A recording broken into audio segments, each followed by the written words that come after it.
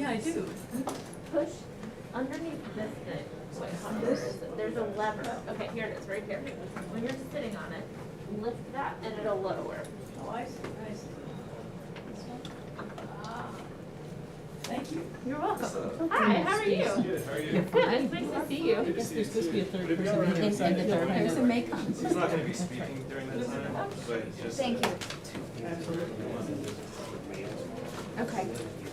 Perfect, Yeah. thank Do you you. mind if I sit? Yeah, all right. Yeah. You know, I wouldn't slide that in.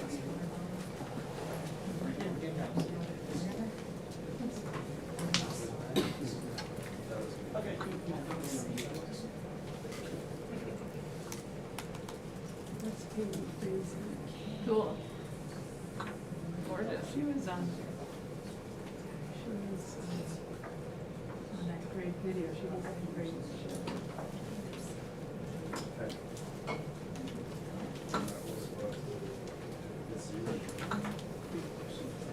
You know, you couldn't dance. And she found out.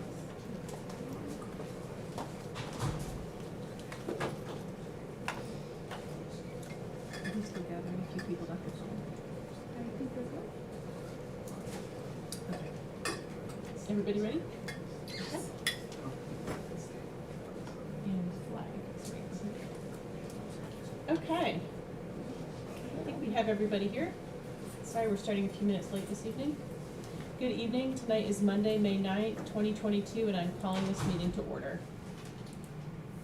The Orange County Schools Board of Education pledges to our families, students, staff, and the greater community to conduct our business in a courteous and productive manner, showing respect for fellow board members, staff, and citizens. The board asks its citizens to conduct themselves with the same courtesy towards all staff members and each other. As per board policy, Robert's Rules of Order will be used to conduct meetings. Following the Pledge of Allegiance, a moment of silence will be observed before we begin our business. Public comment will be held after the board adopts tonight's agenda. The board also asks that you check your cell phones and other electronic devices to be sure they're turned off or on vibrate in order to avoid disruptions during the meeting. And if you would, please stand and join me for the Pledge of Allegiance.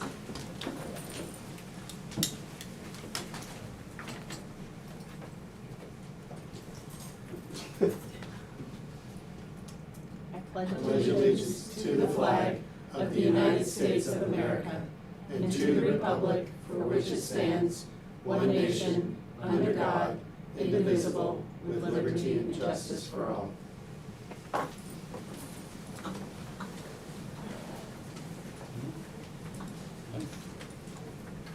As we begin our work this evening, I would like to recognize that Orange County Schools was established on land previously settled by the ancestors of the Okanichi Band of the Saponi Nation.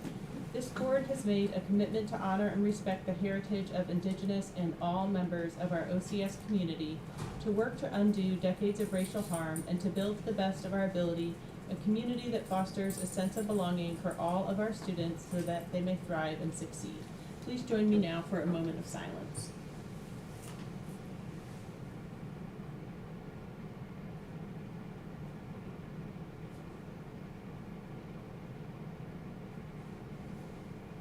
Thank you.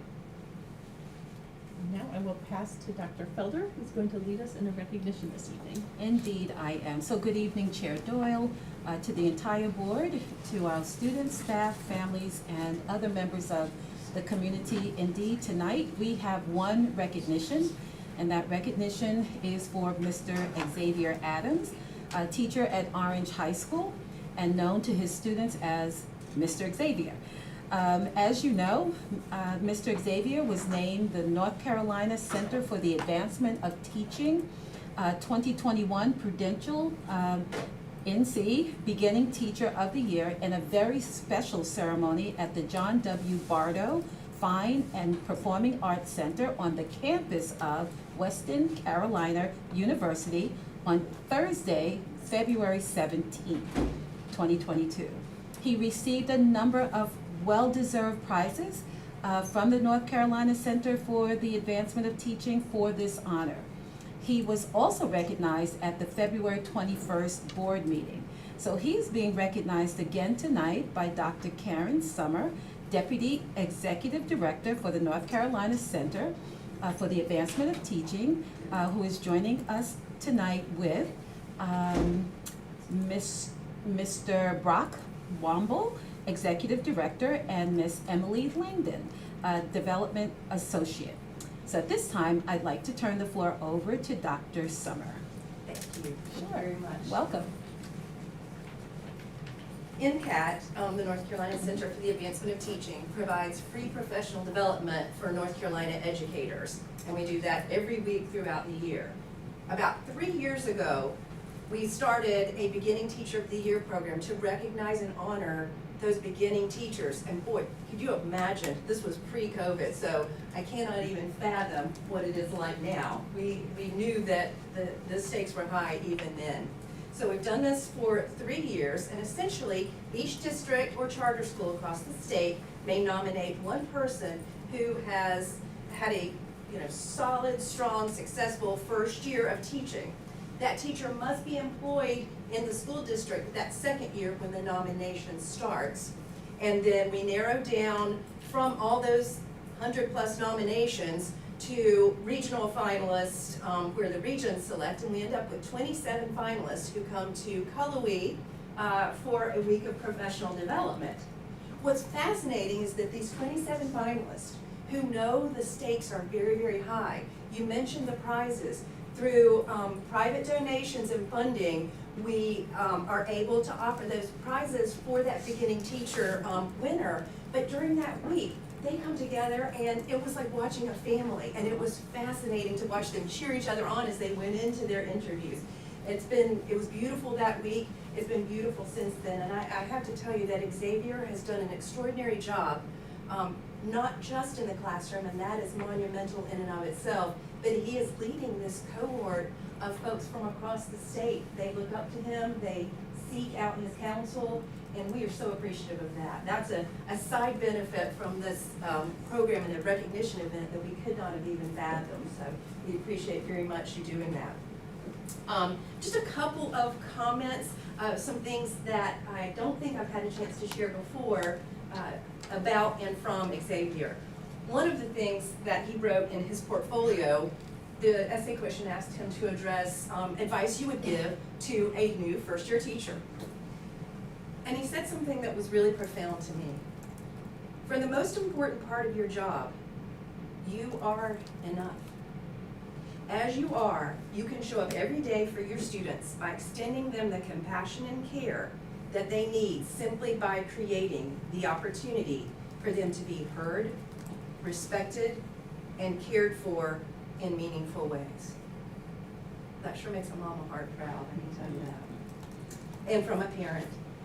It is easy to see that he is not only a good teacher, but a good person and a kind person. You can tell he is a natural. As an educator and a parent, I know teachers like Mr. Adams are rare. It is obvious that he works hard and loves what he does. We feel very blessed that Xavier Adams came into our son's life and ours. And from his assistant principal.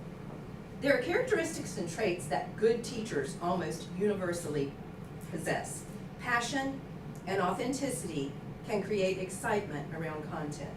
Cultivating trust and building relationships creates a space where students believe they can be successful. I've watched students engage in the learning process who have long felt uncomfortable or out of reach for the first time in their lives in Mr. Adams' classroom. Xavier, we are so proud to call you a North Carolina native, and we're glad that you have chosen to be here in Orange County, and we really appreciate you. And we'd like to present the award that is now engraved. It was not engraved that night, so hence the delay.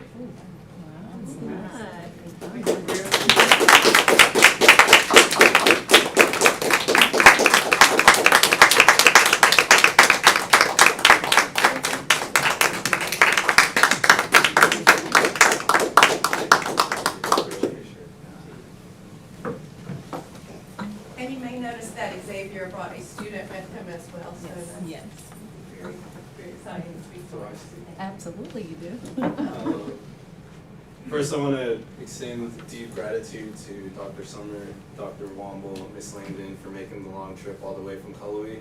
about a 4-hour trip. So I really appreciate and the ways that y'all show up for teachers, and I think it's a great metaphor too for what NCAT does in terms of just going above and beyond for supporting teachers. And I greatly appreciate too that y'all are really investing in beginning teachers, because being a beginning teacher is a very difficult place to be, and just knowing that there's a place designated for teachers where we're cared for, heard, supported, invested in is really meaningful to me. I also want to thank the chairwoman, Ms. Doyle, as well as Dr. Felder, the superintendent of Orange County Schools, for the work that y'all have done, as well as the rest of the board as well.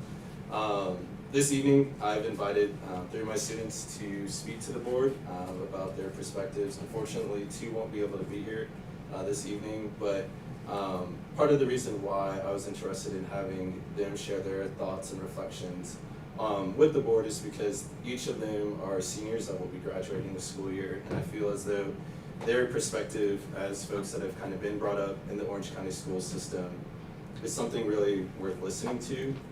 When I think about students that are leaders, when I think about students that care for the people in their community, both in the classroom and more broadly in the school building, these students exemplify what I hope that I can be a part of as a teacher, which is a community that is willing to listen, to be there for each other through the ups and downs. And so I just want to elevate Ethan Horton, Samantha George, and Sherelle Myra, who Samantha and Sherelle won't be able to be here, but I just think very highly of these students, and I think I'm a better teacher because of their presence in my classroom. So I'm really looking forward to hear what Ethan has to say. Thank you.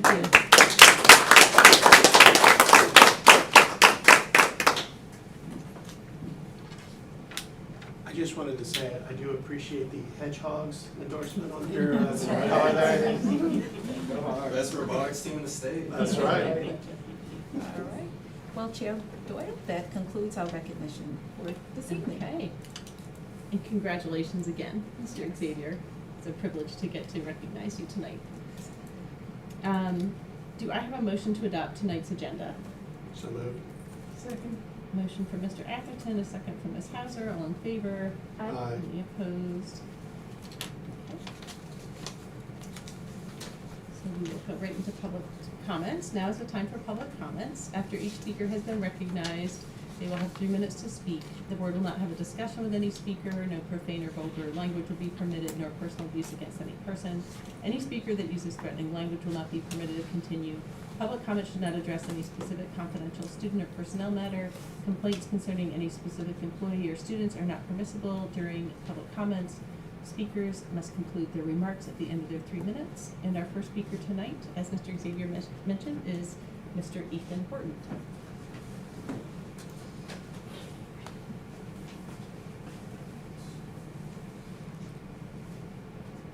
I can start whenever. Yep. Good evening, ladies and gentlemen. My name is Ethan Horton. I'm a senior at Orange High School. During my years in Orange County Schools, I viewed this district primarily as a school district that wants the best for its students, teachers, and parents. I have attended F and Cheeks Elementary School, Bradley Hill Middle School, and now Orange High School. Along my journey through K through 12, I've met many great teachers and fellow students whom I'm proud to call my friends. But it goes without saying that no one person or institution is perfect. Rather, we are all part of a cycle of progress of constantly trying to improve and grow. In my 12 years of being in public school, I've had approximately 77 teachers. Can you guess how many of those are African American? Do you think that's enough? 8. Just think about that for a second. I've been in public school for over 13 years, and just a little over 9% of my teachers have been black. Fortunately for me, in my junior year of high school, during the COVID-19 pandemic, I had Mr. Xavier as my African American Studies teacher.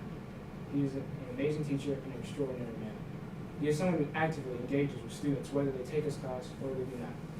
He cares about all his students and wants to make our school a better place for everyone that is involved. That is the kind of teacher that needs to be in our schools for the kids that look like me, and perhaps more so for the kids who do not look like me.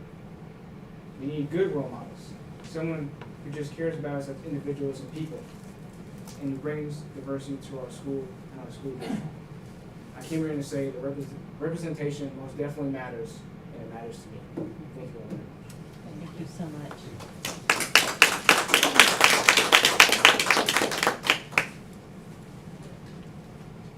Thank you so much, Mr. Horton. We have two more speakers, and I believe I've been told we're switching the sequence. Is that correct, Ms. Fulcher? I'm just gonna speak briefly. Uh-huh. Respectfully, we would like to request of the board chair to switch position of speakers between myself, speaker number 2, and Ms. Martinez, number 3, Mhm. just for thematic. Okay. We're sort of co-speaking on the same thing, and it makes sense for her to speak first, since the issue was generated from herself, so Okay, that's fine. if that suits the board. That's fine with me. Okay. I don't know if it'd be possible for me to speak as well. My name is James O'Shea, but I don't think I'm on the list, so if that's transgressive, then Yeah, I'm sorry, we have a sign-up process. Apologize. Ms. Martinez?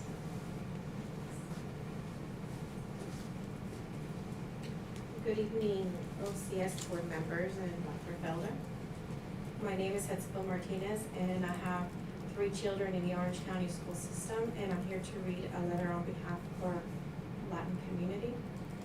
On behalf of the Latin parent community from Orange County Schools, we are writing this letter to ask you to do everything possible to keep the Family Liaison Family Engagement team in the schools.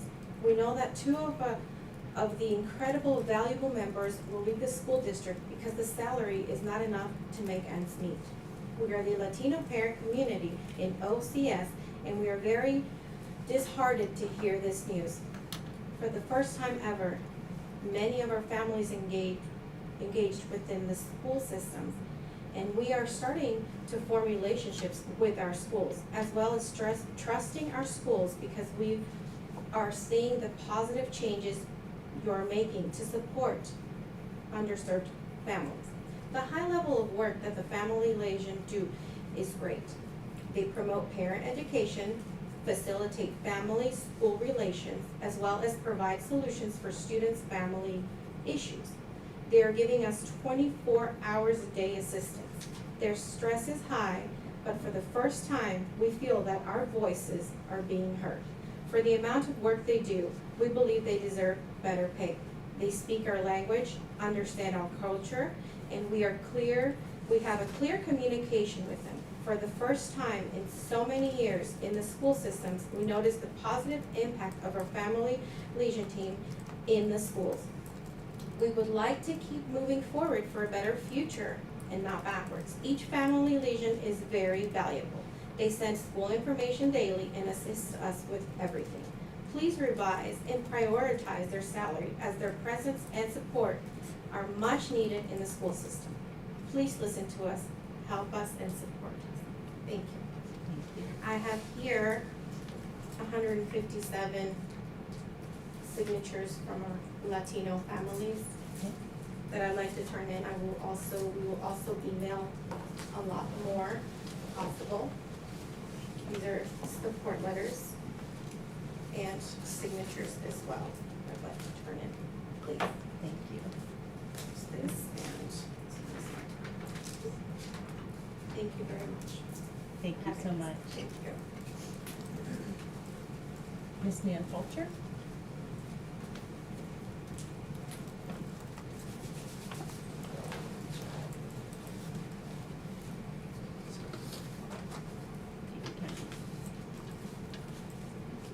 My name is Nan Fulcher, and I'm the president of the A.L. Standback Middle School Parent Teacher Student Organization, or PTSO.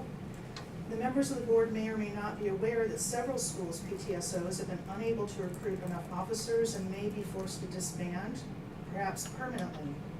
People say this is happening because parents are so busy nowadays.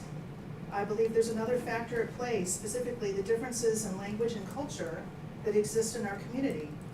The Latino community has been grossly underrepresented in our PTAs and PTSOs, and I've been told that some families who might otherwise want to participate are worried about the limits of communication. No wonder PTSO activity is at an all-time low.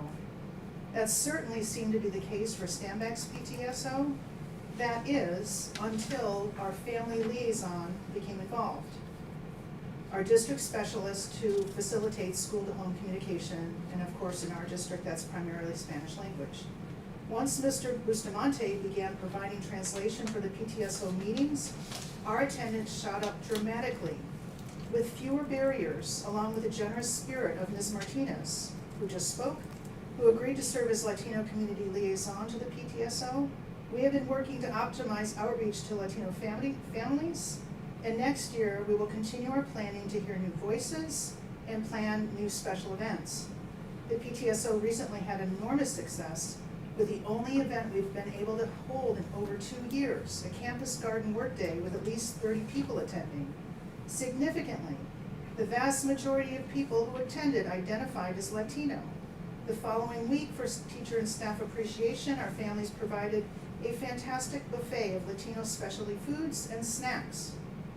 Although our PTSO's success is noteworthy in its own right, I bring it to attention of the board to underscore how these family liaisons are truly contributing to this school community.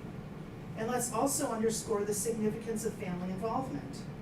The PTSO just being one example of how parents can connect.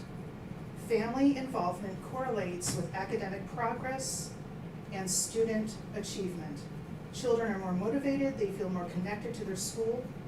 And to build those relationships in this community, families need to be engaged in their home language. We desperately need our family liaisons who go on to be familiar and trusted parts of the education team, along with teachers, the principals, the counselors, and social workers that help our kids succeed. As long as our short-sighted state legislature continues to underfund public education in general and specific aid for underserved children, it's up to the district to give our bilingual learners and their families the support they deserve. Thank you, Ms. Fulcher.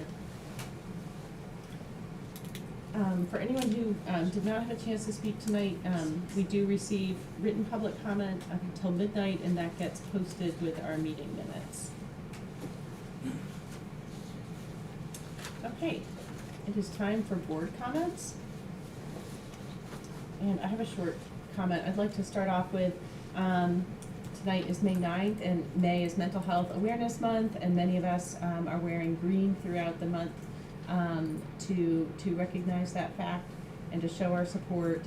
We know that there have been impacts on our school community, teachers, staff, family, and our students, particularly during the COVID pandemic, but even before, we know that there were rising rates of depression and anxiety for our youth.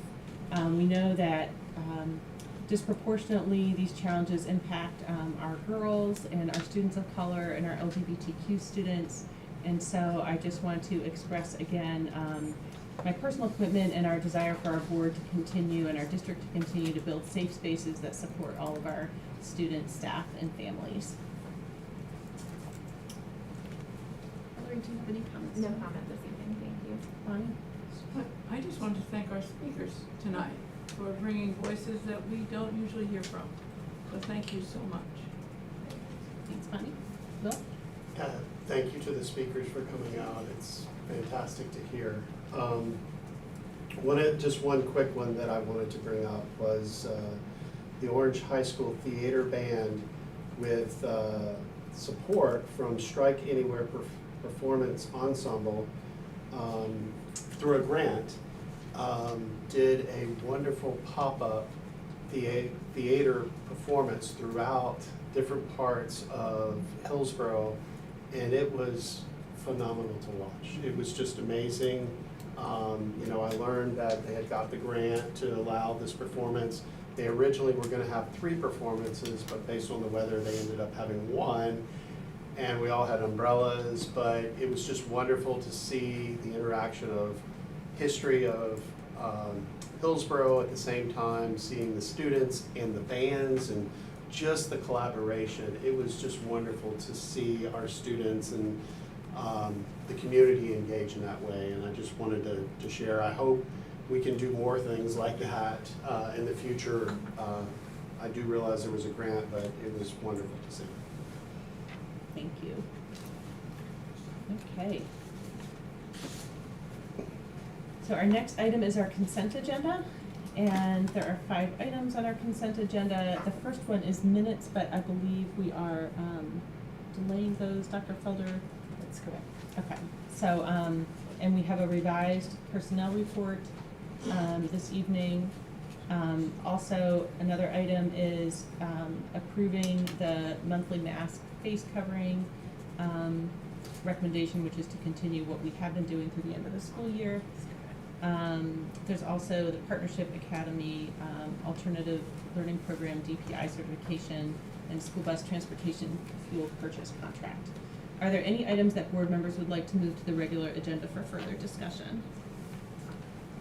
I don't have one to move, but I was curious if we're gonna have ABC or the health department come back and give any updates on any changes, not for this, but Yes, I- at a future meeting, yes. okay, I would definitely love to hear an update. Yes. Okay. Do I have a motion to adopt tonight's revised consent agenda? So moved. Second. Motion for Ms. McKenzie, a second for Ms. Hauser, all in favor? Any opposed? Great. We don't have any discussion or action items tonight, so we move right on to our work session. We have 4 topics of information tonight, and I see we have some special guests coming in, so welcome. And I will pass to you, Dr. Felder. Great, so good evening again. So the first of 3 work session items that will be presented to the board tonight for information and discussion is the CTE local plan presentation. While we are excited to have school-based and central service staff presented tonight, the common denominator will be Dr. Dawson for all 3 of these presentations. She is Deputy Superintendent. So Dr. Dawson will introduce all speakers, and including our guests for tonight. So Dr. Dawson. Good evening, Chair Doyle, board members, Dr. Elders. Thank you so much for having us. We're very excited tonight to share some information. And our first presentation today, we are very proud to present to you. You know her very well, and we're very proud of her work and her team's work. Is Ms. Shannon Braxton, our CTE director, as well as director of the arts for the district. And tonight she has our local plan presentation for you. Please note that tonight's the presentation, and then next meeting will be the vote to approve, as we will need to present to DPI the approved plan. So without delay, here's Ms. Braxton. Thank you so much. Thank you. And am I advancing my slides? Oh, thank you. Thank you, I appreciate that. Good evening, it's good to see you tonight, and I just welcome, I'm glad to be here, and I'm good to see Chair Doyle and Vice Chair Stevens, who I see is absent tonight, Superintendent Dr. Felder, and board members. So tonight, I am here to present. I'm sorry, friend.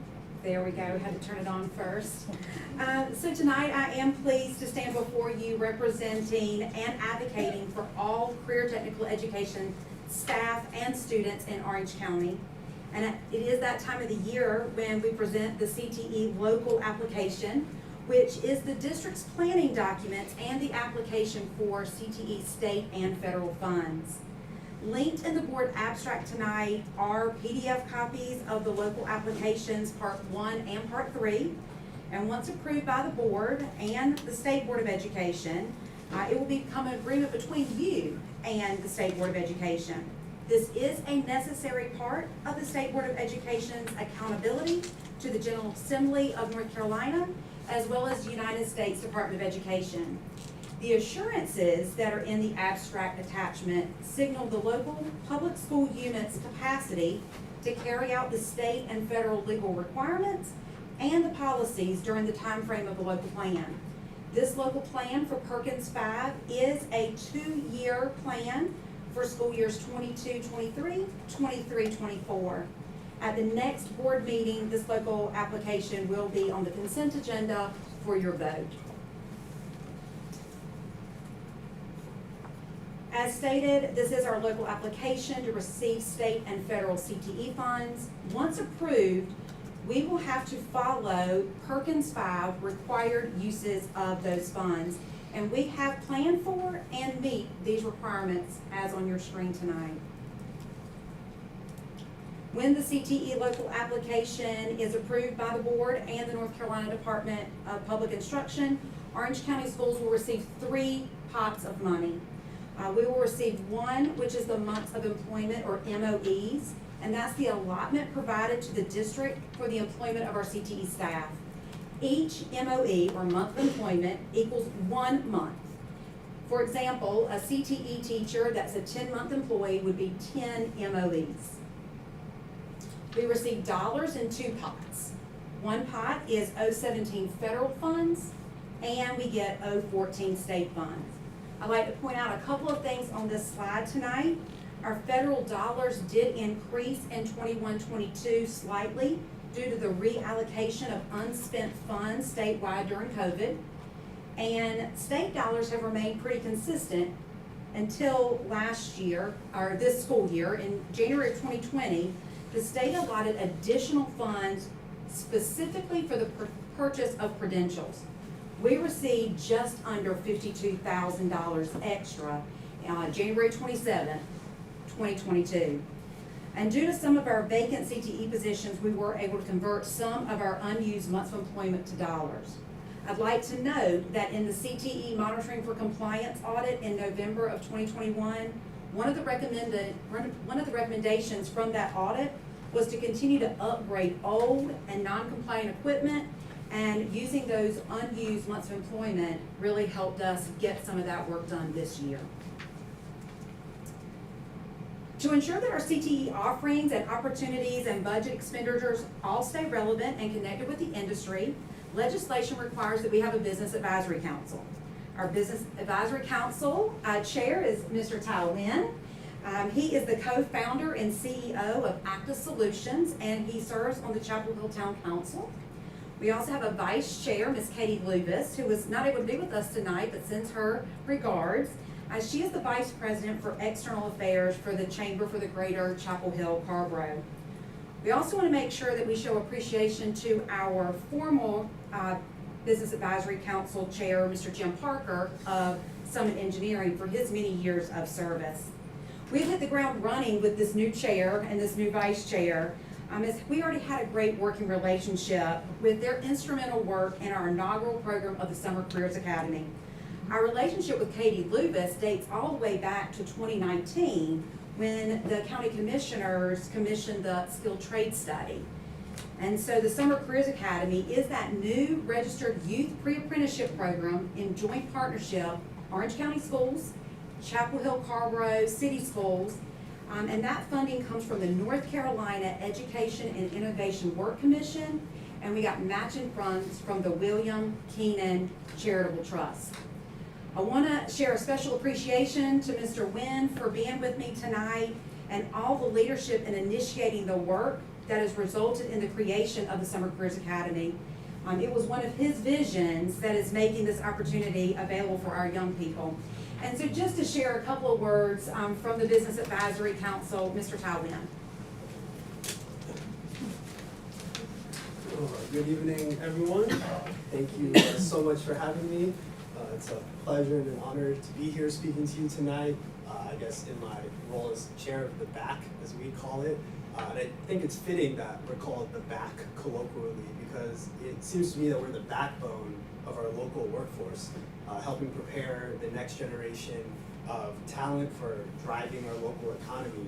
And that's one of our main goals in the coming years, is to really keep our CTE programs relevant, making sure that the programs and the pathways that our school systems are offering are meeting the demands and emerging needs of our local labor market. As I'm sure you all are aware, we have a lot of very large employers coming to the region with loads of new technical focused jobs, and we want to make sure that our programs are matching those needs going into the future.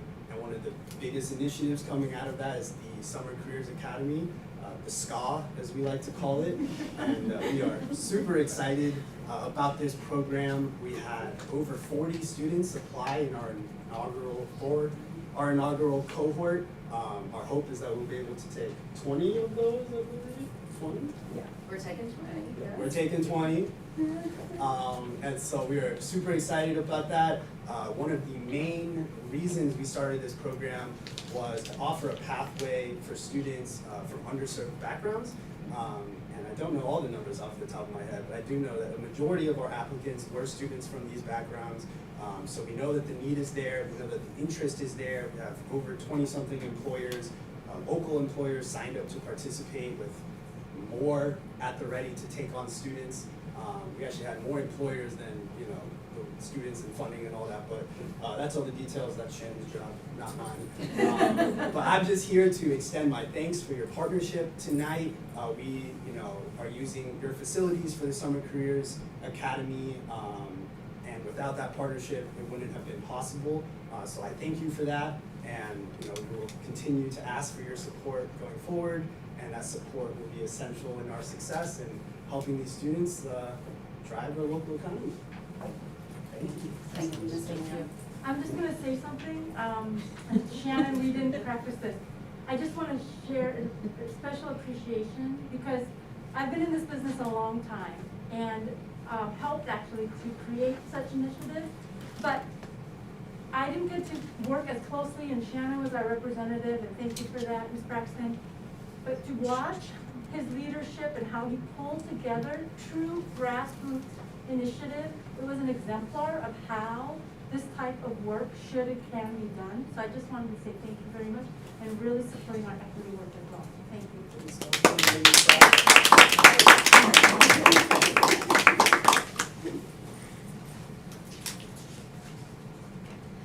So as we continue with our local application presentation tonight, I'd like to note that the Career Technical Education does operate under the federal guidelines of the Carl D. Perkins Act, and Perkins 5 is the updated legislation that began in 2019-2020. The ultimate goal of a high-quality career technical education program is to increase student success in high school and post-secondary education, and then accelerate the workforce. CTE provides learners with real-world experiences to explore, engage in, and pursue rewarding careers. This screen is our quote, "A picture speaks 1,000 words." I got 12 pictures on this slide, so this is 12,000 words, and this shows our why. Our why for Orange County Schools Career and Technical Education, it's all about our students. It's about quality teachers providing engaging opportunities. Those are opportunities in the classroom, in the lab, through community service, and in our career technical student organizations. We like to call those CTSOs. We love those acronyms, as we already have trained Mr. Wynn with those. He's creating them on his own.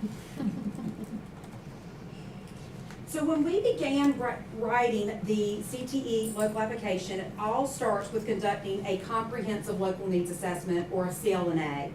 The assessment guides the district to reflect on what's working well and to identify areas of growth. The needs assessment covers the 6 areas listed here on the slide. Based on the findings, the team develops a plan to continue what is working well and then focus on developing the strategies to improve the areas of growth. During COVID, the district was limited on implementing the previous local plan, and therefore, for this application, the entire CTE team has reviewed the old local application, and we have made minor adjustments to the existing plan. We did incorporate in the plan recommendations from the CTE Ad Hoc Committee from back in 2019. And the Business Advisory Council did review the parts of the CLNA and have provided guidance as well. The full comprehensive local needs assessment, or the CLNA, is the second part of the plan and is available only to the local team. But that comprehensive local needs assessment is what drives the writings in part 1 and part 3, which were shared tonight with you in the abstract. Please know that COVID did not stop CTE teachers from providing skills and learning experiences for our students. Part 3 requires the district to respond to these 6 specific questions under these 6 categories. Part 3 is included in your board abstract. For tonight's presentation though, I'm going to be focusing on part 1, which is the part with our 8 performance indicators. As listed on this slide are the 8 performance indicators of the CTE local application part 1, which very much align to the Orange County Schools 5-year strategic plan measures for goal number 1. The next slides will highlight the data, the district benchmark and state goals, and an indicator description, and just a couple of strategies for each of these 8. In the board abstract, you have the entire part 1, which provides all the data and all the strategies. Each of these performance indicators are based either on CTE participants or on the Cte Concentrator count. In school year 2020-2021, we served in Orange County Schools 1,263 middle school students and 1,690 high school students, for a total of 2,953 students. And of those students, 329 are CTE concentrators. This slide is provided for you. You can, it's a little small on the screen tonight, but this is our unduplicated enrollment in grades 6 through 12 by race and gender. I will have you note that 2 columns are missing due to the low numbers. And so if you're using your math skills tonight, those numbers aren't going to equal up to that column on the far right. And just to remind you, who is a CTE concentrator? What makes a student a concentrator? If you look at this course pathway on the slide tonight, they are high school students who complete the concentrator course. Most of our concentrator courses are the 2nd level of a course pathway. There are a few pathways in Orange County Schools that take 3 courses to get to the concentrator course. In this example on your screen is a 2-course pathway. There's the prerequisite and then the orange labeled course, which is the concentrator course. Once the student completes the concentrator course and passes that course, they are labeled a concentrator if they have the prerequisite. In a 3-course pathway, they would have to have the foundational prereq, then the prerequisite, and then the concentrator course. On this slide is also a link to the North Carolina Career Management System that gives you all CTE pathways in the state of North Carolina, and then a link to Orange County Schools website that has the course pathways just for Orange County Schools that we offer. So let's get started with our 8 indicators. Indicator 1 is the 4-year graduation rate, measuring the graduation rate of our CTE concentrators. Note that Orange County Schools CTE exceeds the benchmark and the state goal. And for all CTE students, career development coordinators continue to work to create career development plans and work with counselors to ensure students have the right courses for graduation. Indicator 2, 3, and 4, I want you to notice that in the application there is no Orange County Schools data for school years 19-20 due to COVID. And in 2021, we were back in school, but COVID was still, had some restrictions that impacted CTE classes in hands-on activities, CTSO participation, and in turn, data on these required assessments. Orange County Schools is not meeting the district benchmark or state goal on indicator 2. This indicator measures students that earn proficiency of a level 4 or 5 on their English 2 end of course test. These students must have earned their CTE concentrator status by the end of their 10th grade year to be included in this data. To increase this percentage to meet benchmark and state goals, Orange County Schools Career Technical Ed will review district data to identify students that need additional support, and we will incorporate Newsella, writing, and vocabulary strategies into our lessons. Indicator 3, again, Orange County Schools is not meeting the district benchmark or the state goal. This indicator measures students that earn proficiency of a 4 or 5 on either their Math 1 or Math 3 end of course test. The student must have earned CTE concentrator status by the end of their 11th grade year.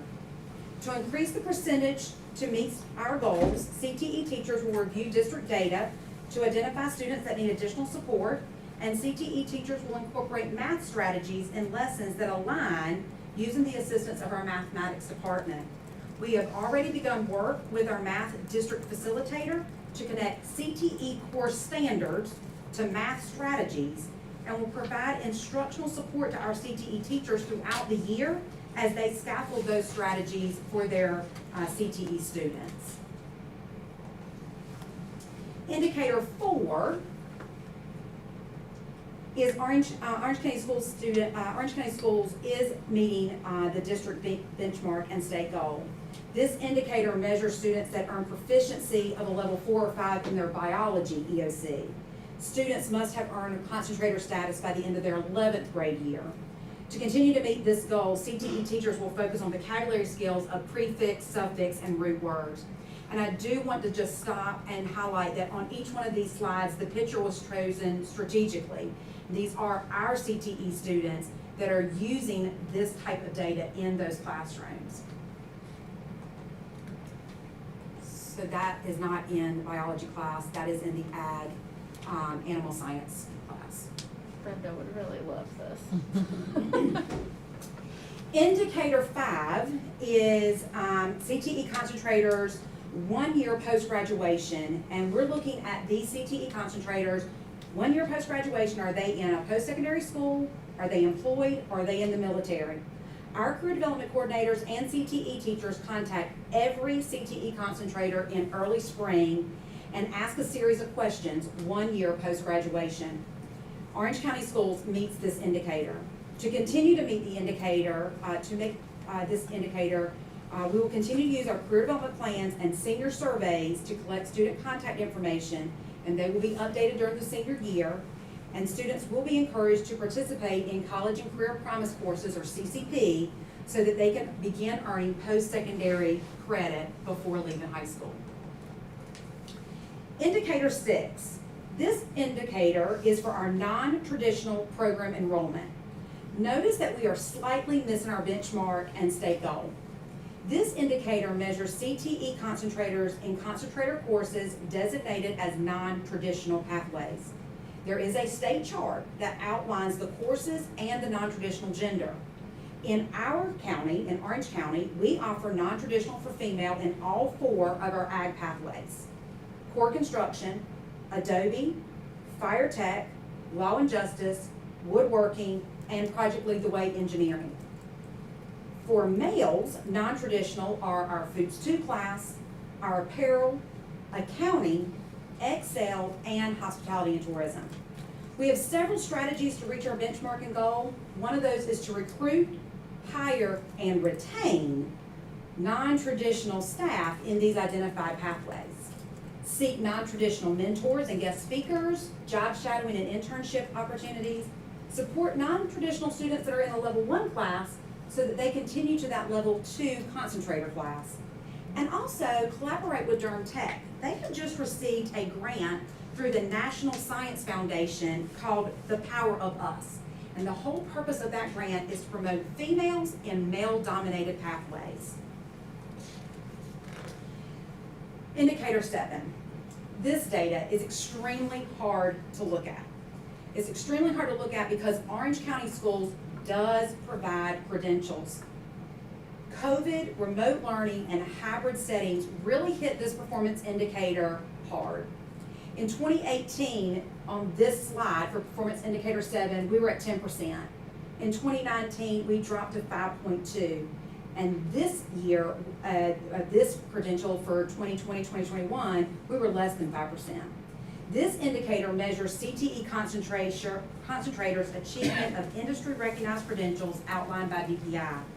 Last school year, only 17 industry-recognized credentials were offered, but 239 individual student credentials were earned.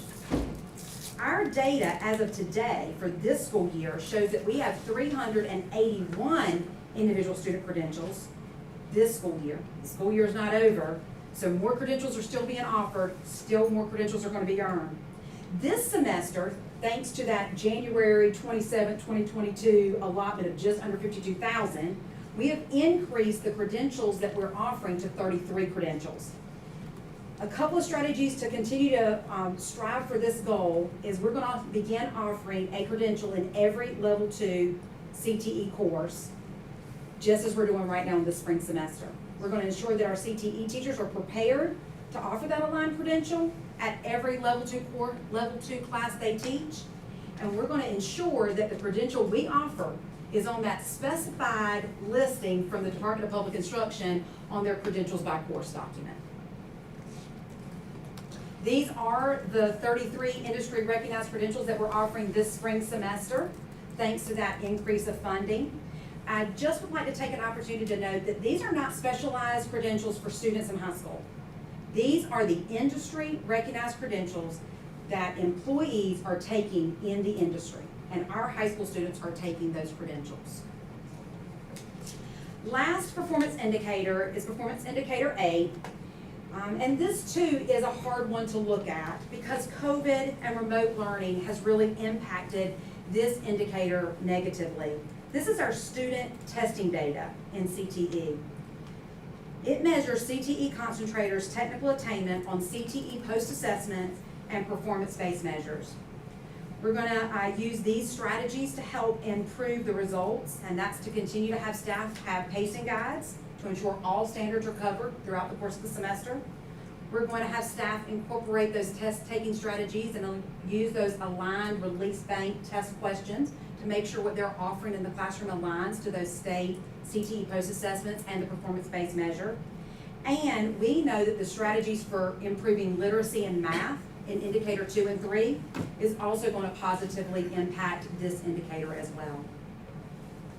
So what are our next steps? Our next steps are to continue to collaborate with the C&I department to make sure that we have strong core instruction in our CTE classes. We're going to integrate literacy and math in our CTE classes, as we've been doing. We're going to continue to do that. We're going to continue to focus on strategies identified in all 8 performance indicators that you just saw in part 1. And we're going to continue to seek the advice of that Business Advisory Council to stay relevant as we review course pathways. One example is, with our Project Lead the Way, which is an important part of our STEM pathway. It's important in career technical education, but both our middle and our high school are lacking to launch that fully due to staffing and due to that specialized training. We're not only competing with other districts that want those programs, but we're competing right now with industry that want those employees. So we're gonna do some deep dive, some review, using our business advisory, using the local labor market to make sure that we are not eliminating any field, but that we are making sure that we have the right course offerings for our students for this area. And so tonight, in closing, I will repeat that this plan will come back to you on the consent agenda in a couple weeks for your vote. This plan will be submitted to the Department of Public Instruction through the CCPI system. And if the department makes any changes other than minor proofreading or minor formatting, I will make sure that I keep you guys updated through the board weekly update. And at this time, if you have any questions or comments, I am here to respond. Thank you, Ms. Braxton, so much for this presentation. So much to learn. I really appreciate it. I have questions. I'm sure other board members do. If we can start with one each. Does anyone have one to start? Will? So I just wanted to start off and say thank you, Ms. Braxton. You came into this role, and under your leadership, this program has blossomed, and in my opinion, the best in the state by far. And thank you, the Business Advisory Committee. It's been my pleasure to represent the board and seeing where we're headed and all these opportunities for our students. It is wonderful to see.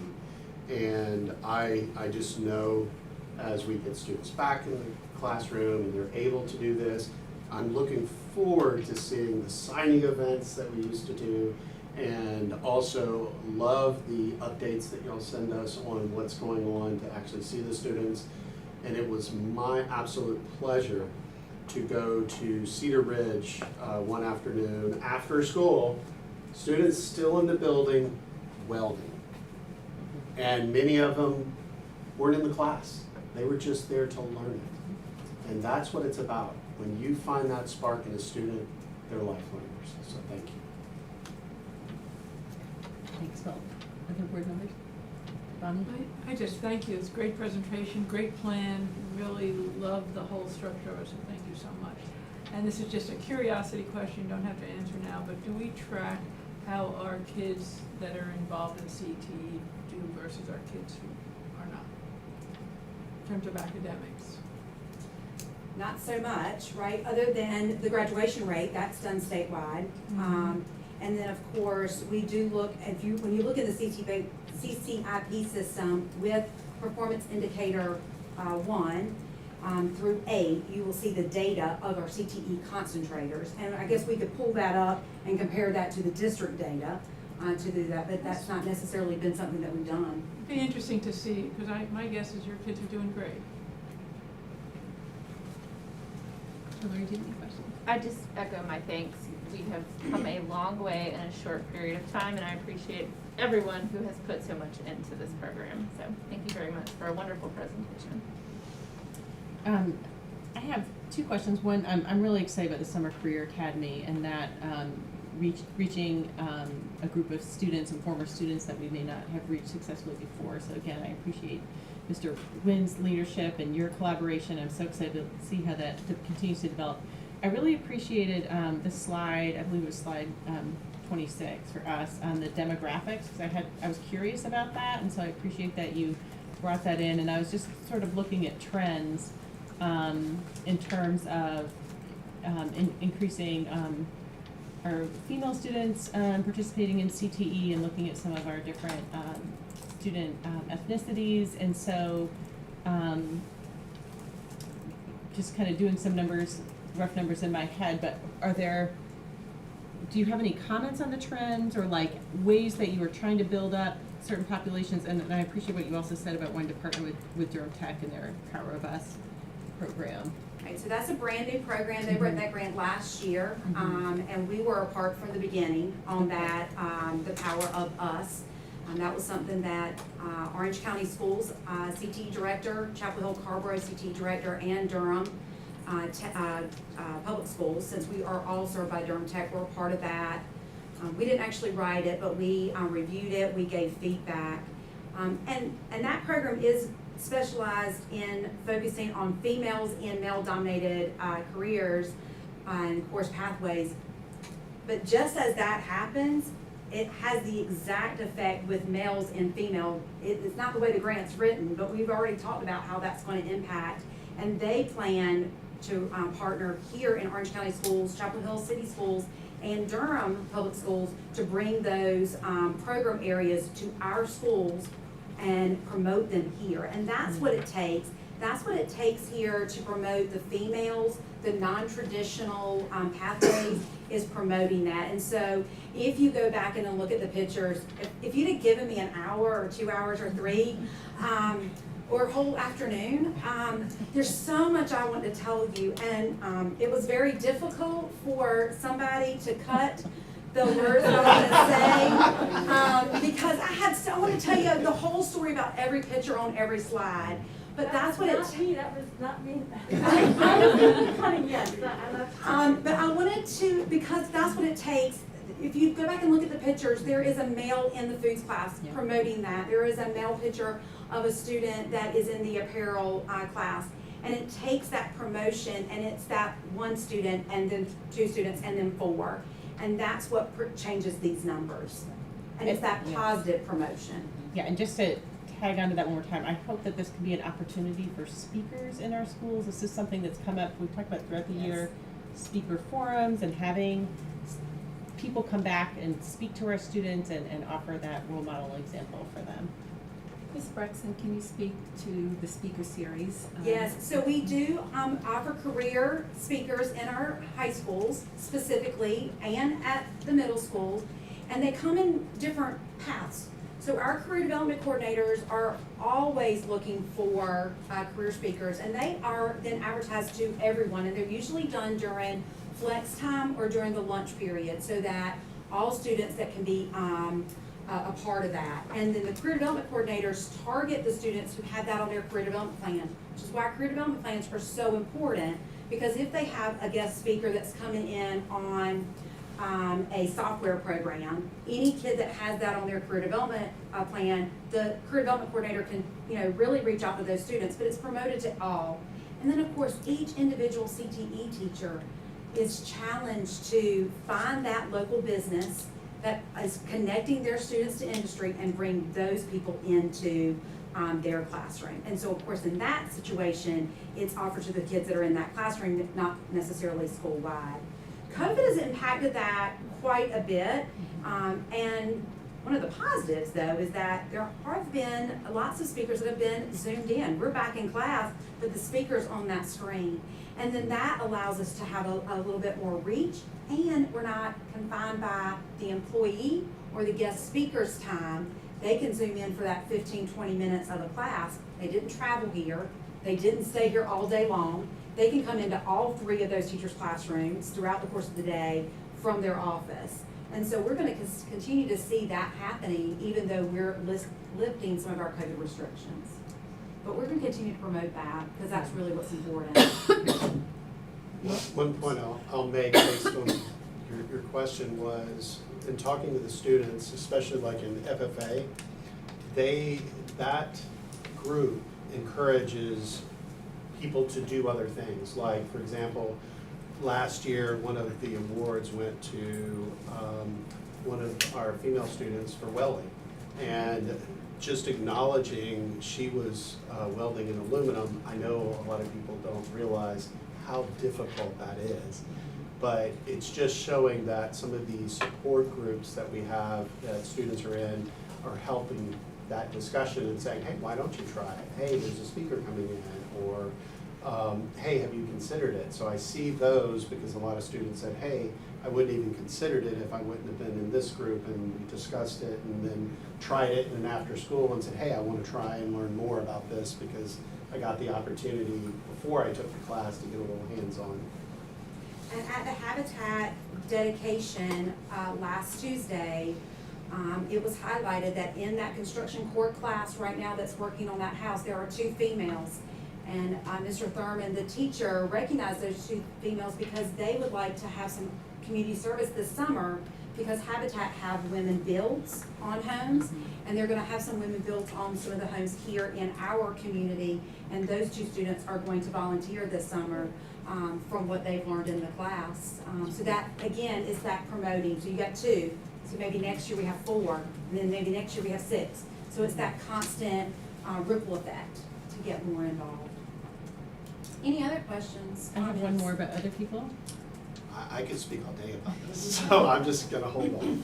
Well, the one other question I had was trying to, you talk about trying to build up the foundational English and math skills and it always is more effective for students when, algebra is being taught in the context of what you're doing, but do the teachers in those classes, is that an instructional support that they might need to have, Yes. is that something we may find out that the CTE program needs is, who's Dr. Dawson? Well, no, I was just gonna say, yeah, that's exactly what we're gonna do. So with our math department, so we've already begun that work with literacy, with Newsella. So they're finding articles that connect to soft skills, because our business advisory says, we'll take a kid who doesn't have the skills, but have soft skills. So we promote soft skills in our durable skills, as the state superintendent now calls them. And so we ask them to find articles from Newsella, and then use before, during, or after reading strategy, using course content, so soft skills or something that they find an article on their particular content. In math, what we're partnering with our math department, the district person, is we're looking at math strategies, we're looking at CTE, we're getting specific, we're looking at CTE standards, and we're looking to say, okay, in construction, they're using a ruler and they're having to add or multiply fractions, right? So let's match that to a math strategy. So we've already begun, we've created this table, and then we're gonna need to provide the scaffolding to our teachers to learn those skills or those strategies to then in turn teach those students in the classroom. Some of them do it very well, it's very natural, but we wanna make sure that we are promoting and reiterating the strategies that are being used in their math class and our CTE classes. And I just want to share an anecdotal observation. The CNI team, actually, we were having a data review session, and to observe our colleagues as they were looking at the data, I heard Shannon saying, across to the CTE and the literacy and math team, like, oh wow, The CTE teachers need to know about that. So it's bringing the departments together and removing some of the silos so that they can have that cross-functional conversation and dialogue of the data, but also strategies. And one of the strategies, and I know that Ms. Braxton mentioned Newsella because that's an older, like that's been in the district a while, but we also had conversation about Think Circa as we expand the literacy across the content areas. We started with core content for a reason, but the plan is to go beyond because not only are they going to look at informational text, but how are they going to be able to write about what they're reading, which will also support their vocabulary and comprehension as well.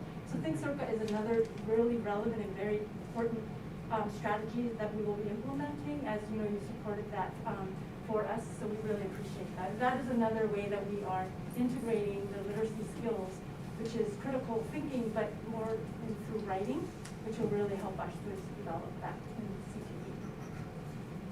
So we've been getting lessons from Think Circa, and I've been forwarded to the right CTE teacher. This is a great lesson, right, based on this content. So we'll continue to do that, and our CTE teachers will be trained.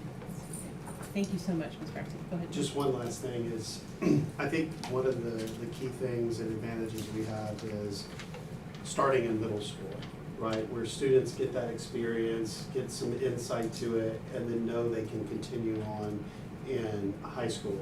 And I believe that, you know, all of these things we have in place of getting that interest and getting students to learn some life skills and getting the opportunity to actually experience that locally, I think is part of the overall success. And I, you know, just can't thank the whole departments enough about that. And, you know, especially, you know, we didn't say it in the presentation, but when you have our CTE programs that are going to state and winning, whether it's woodworking or FFA, horses, you know, it's all of those things together just show how the students are connecting their skills with life.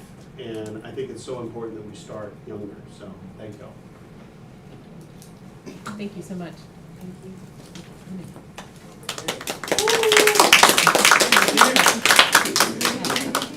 Thank you again, Ms. Braxton. Thank you, Mr. Wynn, for your presence and support. Thanks for having me.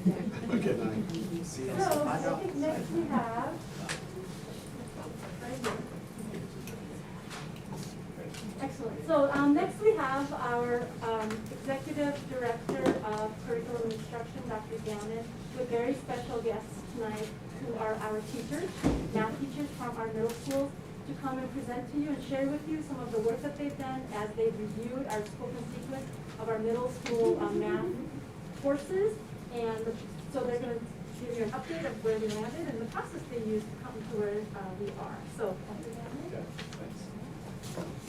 Thank you. All right, thank you all. Good evening, Chair Doyle, Dr. Felder, members of the board, our community. It's always tough following Ms. Braxton. I saw that on the agenda. So what I needed to do tonight was bring my squad here with me, some of our finest teachers. I'm just thrilled to stand here before you with them tonight. In recent years, Orange County Schools has worked diligently to restructure our middle grades math pathways to increase opportunities for all students to access advanced level math courses in the middle grades, as well as high school.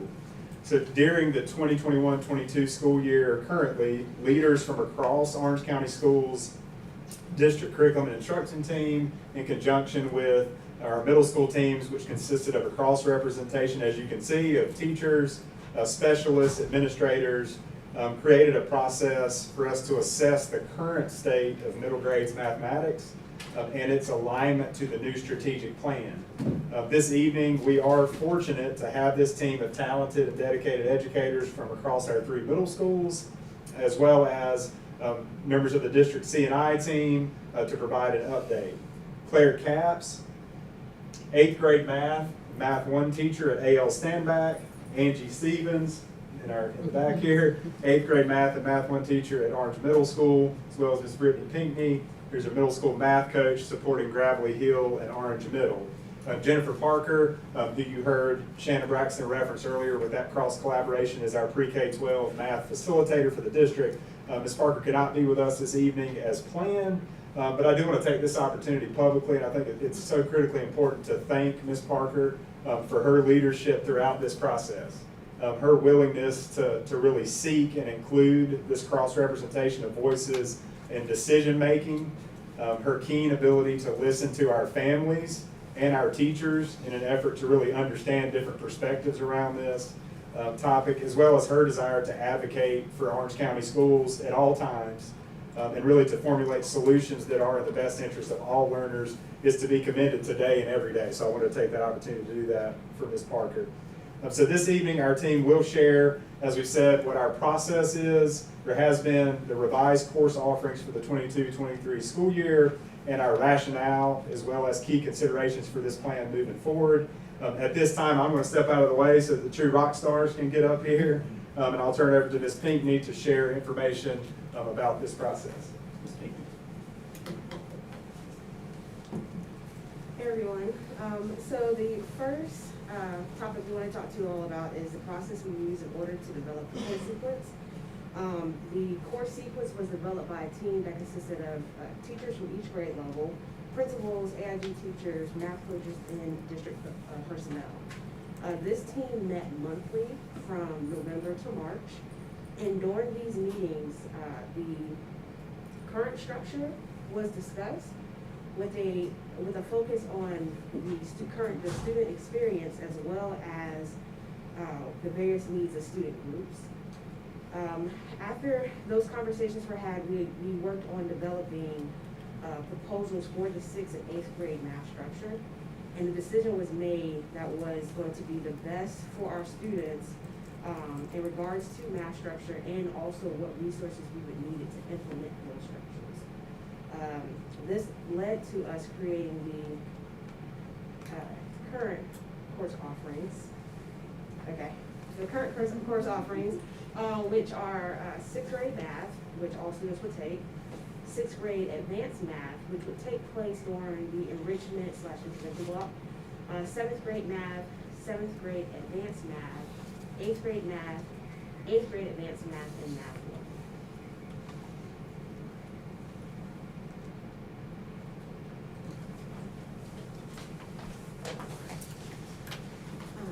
So, and this is kind of what's going on currently, is that all students will be enrolled in like Math 6.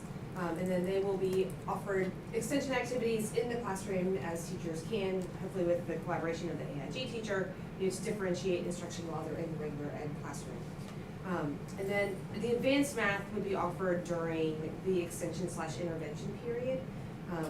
It will address 5 of the standards from the 7th grade math curriculum that will just sort of help compact some of that down to help get students ready to take Math 1 in 8th grade as they are able. They will also incorporate some problem solving and visual tasks in that as they are being enriched with those standards. The standards do build on some of the 6th grade standards, so they will build on their understanding of integers and rational numbers, which of course rational numbers start in elementary school, they continue. Students are then introduced to integer operations in 6th grade, so that'll be one of those extensions that they would continue to have through the extension intervention block. And then the other one is that they will, in 6th grade math, they start solving equations, and so sort of start that real heavy duty pre-algebra thinking, and that would be another standard that would be enriched through this time with some more advanced equations that they would normally see in 7th grade math. So for 7th and 8th grade, and this is a similar set to what we've had in years past. The 7th grade, then in the 7th grade advanced math class, they would have 14 standards coming from 8th grade. And so that would sort of compact those standards down so that as students are ready in Math 1, the Math 1 teachers can kind of take it and run, and they're not going to miss any of that 8th grade curriculum. Those standards, again, will build on things that are already in the 7th grade math curriculum and sort of seamlessly flow into that course. And so they'll continue with some thinking, more thinking about rational and irrational numbers, be introduced to square and cube roots. So then in Math 1, we can kind of take that and really build on it. They will continue their rational number thinking with exponent rules and scientific notation. And then all of the 8th grade geometry standard will come down into the advanced 7th grade math class to be taught. So that way, if students then take Math 1 in 8th grade, they'll have those concepts because they don't flow quite as naturally into the Math 1 curriculum as some of the other ones do.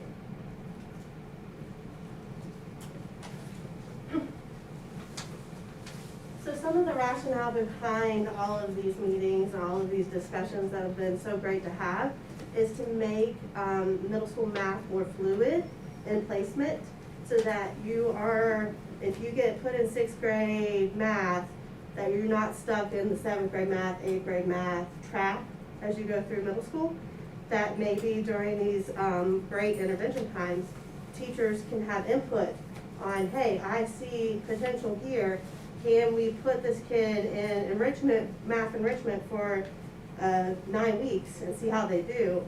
So to include more people, our goal is to be more inclusive and to be more fluid in the math program in the middle schools. And some of the ways that we have talked about doing that is, and we are doing it, is through Avid. We would like to continue using Avid. They have math tutors that come and they do their tutorials based on math. A lot of times the kids choose that as their tutorial. Definitely from the MTSS lens, we have all these different differentiated groups in the middle school level for MTSS. And really it's powerful to me to watch the small group instruction that happens in all of these programs that are listed in the bullet. It's so much more effective than trying to address a class of 31 when you can provide a kid what they need at that time in these intervention groups. And then I love using the AIG specialist for 8th grade math especially because we right now don't have an 8th grade advanced math class, but there are kids in 8th grade math who could potentially be there. And I've worked with the AIG specialist to provide that differentiation for those kids once a week.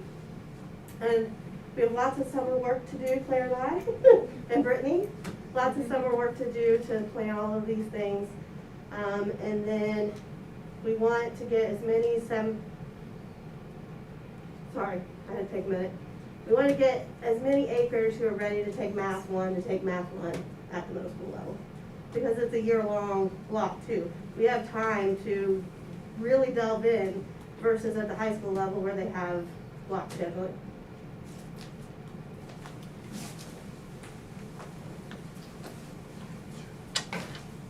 So as our teachers have noted, some of the key considerations for this process were really what was the best interest for all students. And I know that we've heard this already this evening. I'm really wanting to create a pathway when students leave elementary school and enter middle school where they're not being tracked immediately out of options to take advanced level math courses as quickly as 8th grade. I mean, even in this case in 7th grade. But we also saw this year through this process that not having an advanced level course in 7th grade was also not meeting the needs specifically of groups of our students as well that really needed that foundational work to prepare them for Math 1 and then those advanced level courses in high school.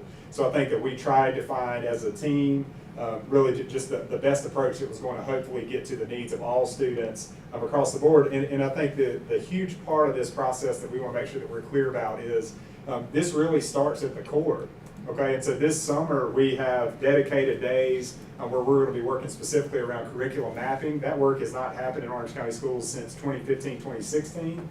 So we do have our curriculum, our course guides that we're currently operating from, but we're now in the process of, we will be compensating teachers from across our schools to be working on updating revised curriculum maps in math specifically, and with a huge emphasis on middle grades math because, as our teachers noted, we want to make sure that we're not only mapping out our pacing for these courses, but we also want to ensure that there is that proper differentiation happening on a daily basis in core, where we're not just relying on an intervention block or that extension time to get those enrichment services. That should be happening not only in core, but also in that space as well. So that's going to be critically important. And then our AIG specialists, they've done a lot of work this year, professional development-wise, with them individually. They are also going to be brought into this equation this summer, that they are actually helping to create these pathways within that core curriculum so that students are getting that compacted curriculum. If they enter a sixth grade math class, we can help them get a lot of those advanced enrichment opportunities during their core time. And then as we see those nurtured students really start to show promise, they then would have an opportunity to go into some of those additional units later in the school year, which would happen during that enrichment time. So again, there's a lot of work to be done this summer, but that plan has already been mapped out. Those days have been mapped out. We do have teachers that are already invested in that work, as well as coaches, and so we're excited about that. I do want to also note, as far as key considerations, a lot of this is about communication, okay, and making sure that our families have a clear understanding of what we're doing, but also why we're doing it. So while this is an opportunity for us to communicate publicly, we also have shared information specifically with our principals who were very much a part of this process all the way through. They were actively involved in these meetings to ensure that not only is communication being blast messaged out to families, but that when we're having, whether it's rising parent nights, when we're having open house events, that the language going into this coming year that's being communicated from our specialists, from our counselors, from our administrators is one message. And so our goal tonight is to first get this information out publicly, to take questions that you may have, to go back as a team and huddle together and make sure that we're very clear on that messaging, and then to make sure that we're pushing forward with that from here. So at this time, we will take any questions that you may have. Board member questions, Will?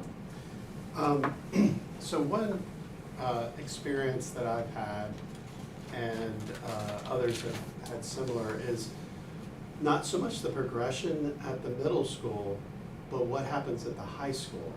Because if you don't take certain courses at middle school, you will not have the option to take it at high school. And I think that's very important to explain to the parents. And because if they're expecting their student, or their expectation is, hey, I want to take trig or whatever, and they realize, oh, if they don't physically take Math 1, they will not get that option because there's a prerequisite and you will not have the spacing. So I appreciate seeing the progression and getting the additional advanced math in there as well. But I think it helps when you tag on, here's the progression in high school, and parents can see that, because I do know parents that got to high school and said, oh, we can't take this math class because there's no physical way to do it. And you don't, when you're in middle school, that's the last thing you're thinking about. You're like, wow, we're now in this environment. But I really appreciate the focus on this.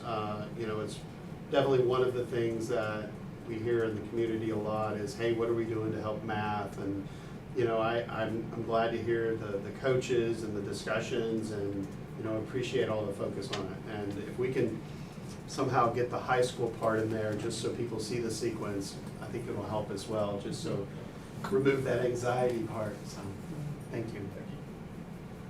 Ronnie or Hillary, do you have comments?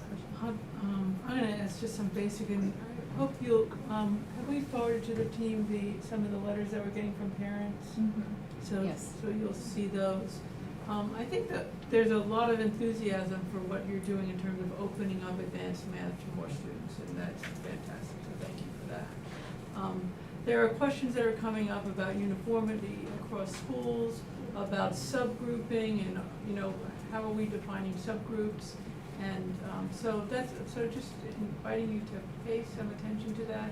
And then to your point about communication, because we don't report the scores and the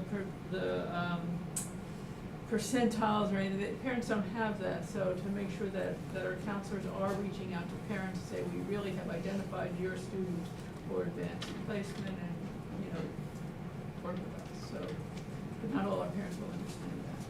I barely do. Hillary? So I anticipate, first, thank you for this. This is helpful clarity for me. I anticipate tomorrow we will have somewhere in the neighborhood of 50 to 100 emails about when am I going to find out what my kid is in. And I think for added confusion at the 6th grade level, every 6th grader is in advanced math this year. And so I think it would be helpful to have some like really clear communication from the district to families so they know what to expect. In the context of like what the class they have right now is also, and when to expect sort of the placement recommendation and that sort of thing. And to that point, if you know that now, I would invite you to share it, but if not, I understand. Yeah. So I can say that at this point, we do have, one thing that we've not had in the past, and this is something that Ms. Parker has worked on with our team, is we've not had a consistent recommendation, like identification graph that we've used across middle schools. We've worked this year to make sure that that is something that not only ALS, but also Gravely, Orange Middle are all using the same consistent one. We're all looking at the same measurables, the same data, and so that those placement decisions are more uniform, as you've said, across schools. In the past, that was really a principal discretion piece. It's still principal discretion in this case, but we made sure that principals were all in agreement and that this would be like the Orange County Schools model moving forward for that. Now, the date of when you would find that information out, I don't have it tonight. Oh, sure. But that is something that we're in process of working on right now. Absolutely. Thank you very much. So I have a couple comments as well. So thank you again for this presentation. I think it really does add some clarity, and I appreciate also learning the whole process that you all went through to come to the decisions that you did. I really like more fluid, not tracking so early, and finding ways to be more inclusive. One question that came to us from parents who maybe kids aren't in middle school yet, but the weeks of enrichment, you mentioned that they're 9 weeks. So is that a child saying, you know, I'd really like to prepare myself for this advanced math next year, or is it like a teacher or guidance counselor or a parent? So how does that decision making happen for who gets put in those enrichment groups? So, and I don't want to, so if you all want to jump and speak, you certainly can. It's definitely teacher driven this school year.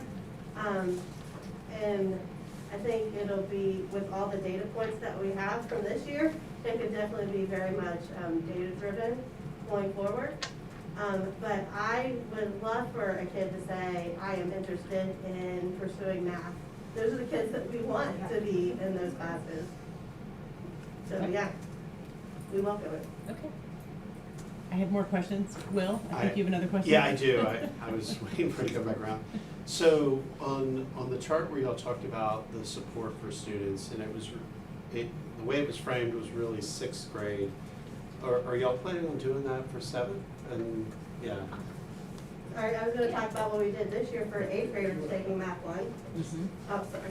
I'll stand up.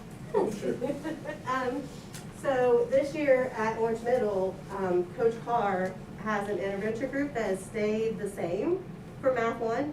So it's those kids who were pushed into Math 1 or had an interest, and their parents had an interest in taking Math 1, but they were not in those advanced classes in upper elementary or 6th and 7th grade. And he does some pre-teaching to them so that when they come to class, they already have familiarity with the content, whether they have me or whether they have him. And it's really been super successful with doing that. Yeah. And it's filling in the gaps. Yeah, I was going to encourage, we do this at all levels because, you know, math, you know, I don't have to tell y'all, right? It's students just sometimes just need that aha moment, and once they get it, they're ready for more. And you know, 6th grade is when that starts, but you know, as we've talked about tutoring and after school, I think making sure that every student gets that academic rigor and that option is good, not just in 6th. So thank you. Well, I have a similar question, Ms. Stevens. Maybe whoever wants to answer it, but so is that also saying, because there's some anxiety expressed from parents whose students are in 7th grade math, anticipate their kid getting put in Math 1, and then they're saying, you know, but we haven't had, you know, Math 7 plus, so how are they going to be really ready for Math 1 like they would have been in other years? So did what you just described speak to those students who are rising 8th graders? It does speak to that, and also because the group of Math 1 teachers in Orange County have been the same for such a long, long time, we know what gaps the kids have if they have that experience from 7th grade to Math 1. And a lot of the 8th grade math and Math 1 curriculum overlap. So it's just delving deeper into it. And because again, we have the year-long capability, we have time. And this would not be the first time that happens. I mean, we've always had students come into Math 1 that maybe were not in Math 7 plus or advanced 7th grade math. And so we've always had to, you know, maybe not the numbers that we'll have next year, we've always, kept our eye out for those students, and we're glad that they were ready at the point in 8th grade to start accelerating a little bit in math. And so we know that we've always had to kind of fill in some pieces that they may have missed if they weren't in that 7+ before. Other board member comments or questions?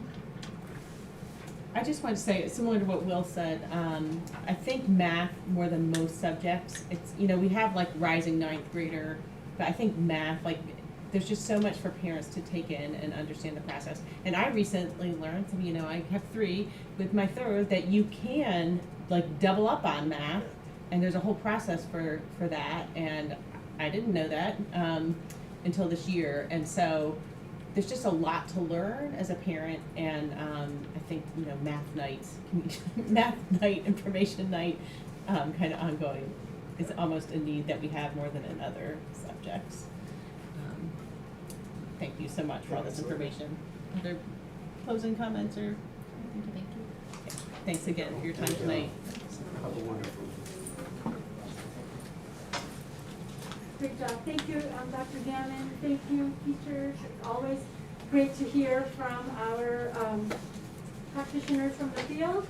And thank you for allowing our teachers to do what they do best. Thanks for coming. And it's that just-in-time, right, instruction that we provide our learners as they are in their development, because we all peak at different times, right? So and why MTSS is so important, because it allows us that time to provide the just-in-time scaffolding and extra support and the skills that they need to make sure that they're able to continue where they are in their class and to accelerate or to get that remedial attention that they need for continued growth.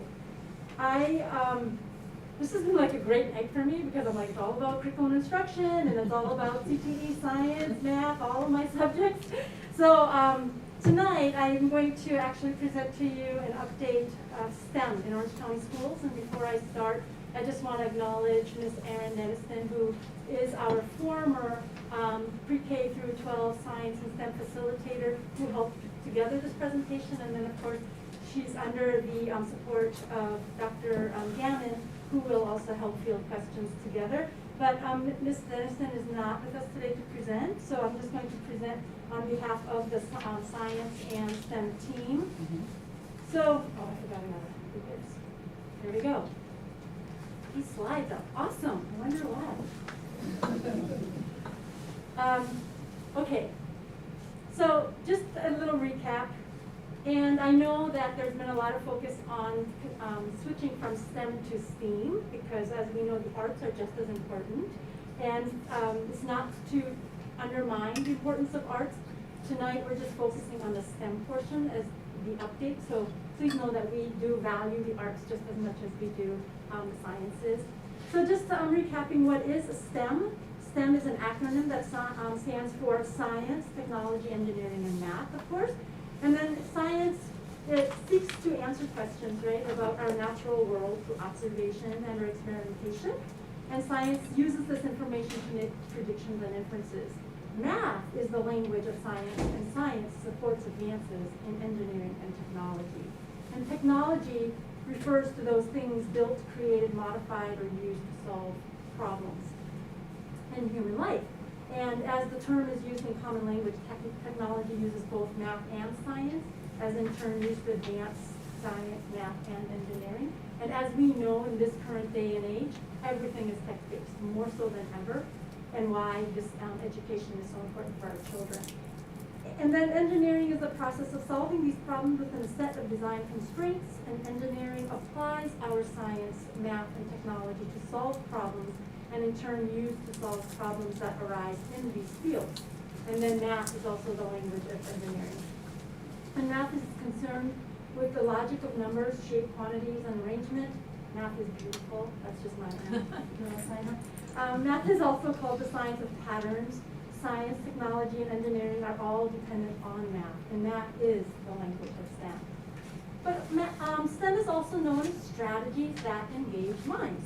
And in educational terms, that's another way that we practice the integration of 2 or more of these disciplines in a coherent way that allows connection between content and standards to become apparent. Just a little background on our North Carolina State Essential Standards. They were last revised in 2009, fully implemented in 2011, so it is time for us to get some new standards, which are in the process. And the next generation science standards, also known as, you'll hear it as either Next Gen or NGSS, has been adopted or is used to shape state standards in more than 40 of our states. And currently, NC is only one of a few states that do not use NGSS. Upcoming revision of standards are likely to change this though, and we're hopeful. Because Next Gen does have a heavy focus on engineering. And currently the state has adopted the use of science and engineering practices from the framework of K-12 science education, which will drive and inform Next Gen. And new standards will likely mean science instruction will need to be more STEM focused. So here are some instructional shifts that will be required as we increase the science and engineering practices. Of course, there is no greater part of science is other than asking questions. It's through that inquiry, right, that we will learn more. And it's developing and using these models of questioning and defining problems, planning and carrying out, of course, the investigations. And I'm sure as you were growing up and learning around science, it was all about the science method, right? And then that includes analyzing and interpreting data, using mathematics and computational thinking. And then, of course, how are we communicating or constructing our explanations and designing solutions? And this is why we say that literacy is so important. And then engaging in argument from evidence, obtaining, evaluating, and communicating our information. So, if you notice, it's all very much literacy-based, critical thinking-based. And so that's why, you know, our content does not stand alone in isolation of each other. And some of our resources that we do have the science instruction, of course, based on the North Carolina Science Essential Standards and hopefully soon the Next Gen standards. We do have a lot of district-created science documents that are all located on campus, accessible to our teachers. And just a little bit recapping of what Ms. Braxton shared with us. CTE doesn't necessarily call them as far as like STEM in middle and high school because of course they're career and technical education. But what we do offer, we do have some of our Project Lead the Way biotechnology and ag in middle school that would fall under the STEM umbrella. And then of course high school we have Project Lead the Way and then health sciences.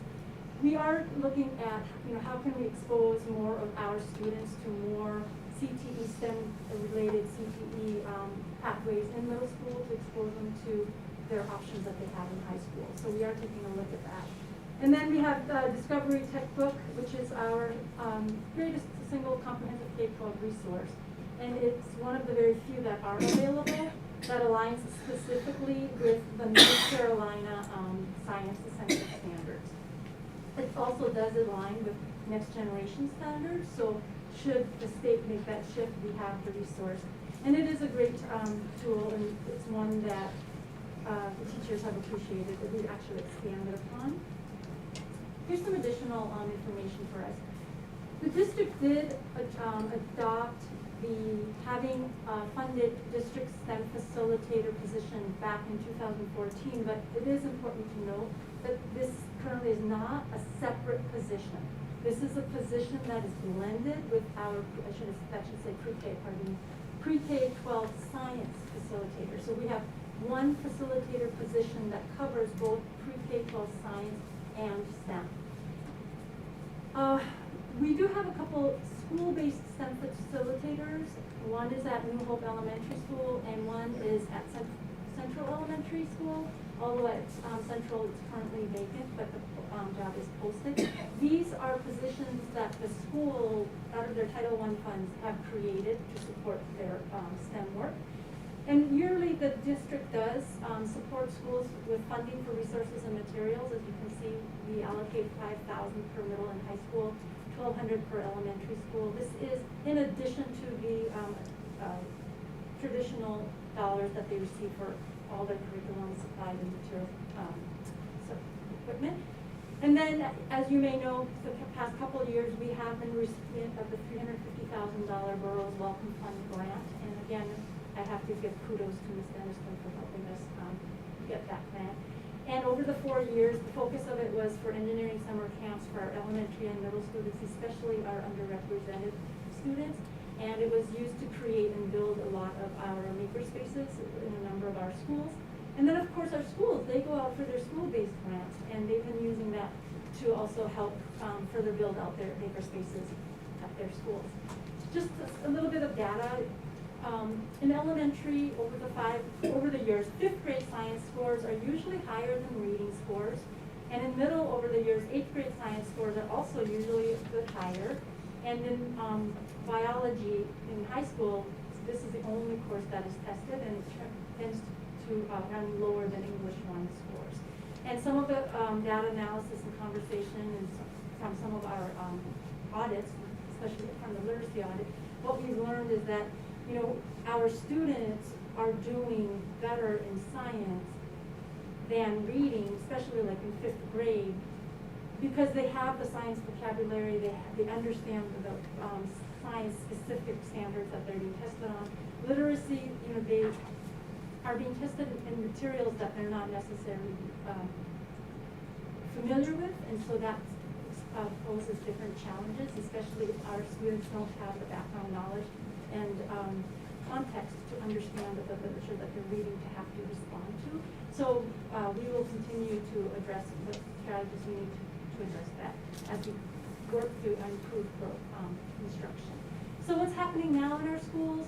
We do have a number of maker spaces in almost every elementary and middle school, and they're all equipped with 3D printers. Now I have to be clear, having a 3D printer in a space does not make it a maker space, right? And that does not make it STEM. But it starts with having equipment, and how are they integrating that equipment to teach skills does start to make it a maker space. And so our schools are doing their best to use a variety of activities and spaces to create these maker spaces.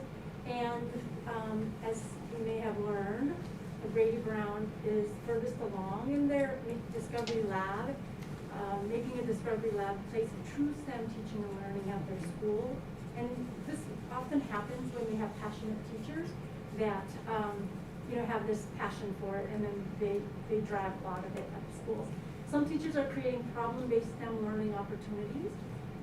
A number of our schools have science nights or fairs, and then you'll know that at Cedar Ridge, they do have a Science Olympiad team, and they've had great success there.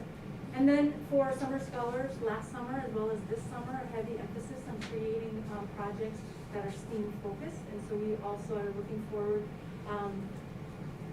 this summer to really hone in on project-based teaching and learning around STEAM.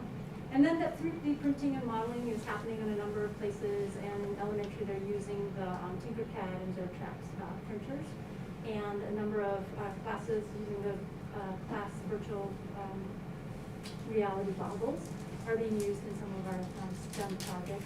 And then of course computer thinking practices are in pre-K onwards using tools such as Robot Turtles, V-Bots, other robotics, Scratch Junior, Scratch, and a number of other software tools. And then integrated STEM teaching and learning is challenging at the elementary level due to scheduling constraints. So what does that mean? For next steps, creating opportunities for integrating STEM into core content areas at all elementary schools.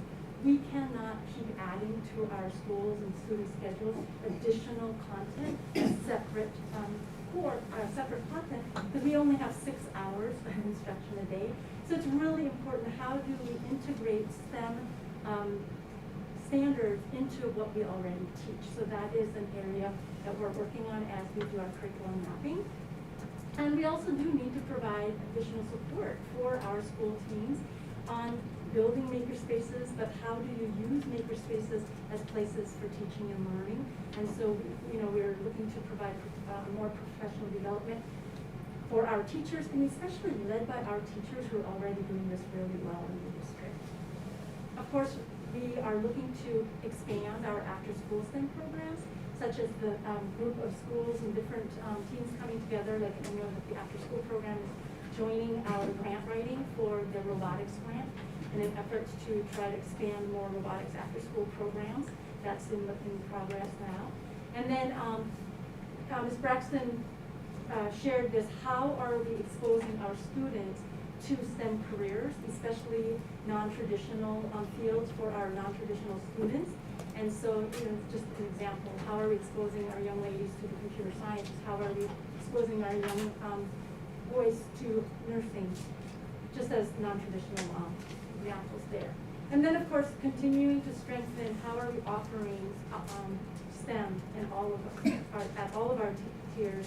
And then currently our pre-K through 12 science and STEM facilitator position has been vacant all year, and we're working to fill that. What we've gathered from our conversations with people who've shown an interest but did not apply, what we're finding is that people are willing to work on the pre-K through 8, but sometimes are a little bit shy of tackling the 9 through 12, because as you know, sciences in the secondary 9 through 12 is a very different concept, because we have specialists in the specific sciences.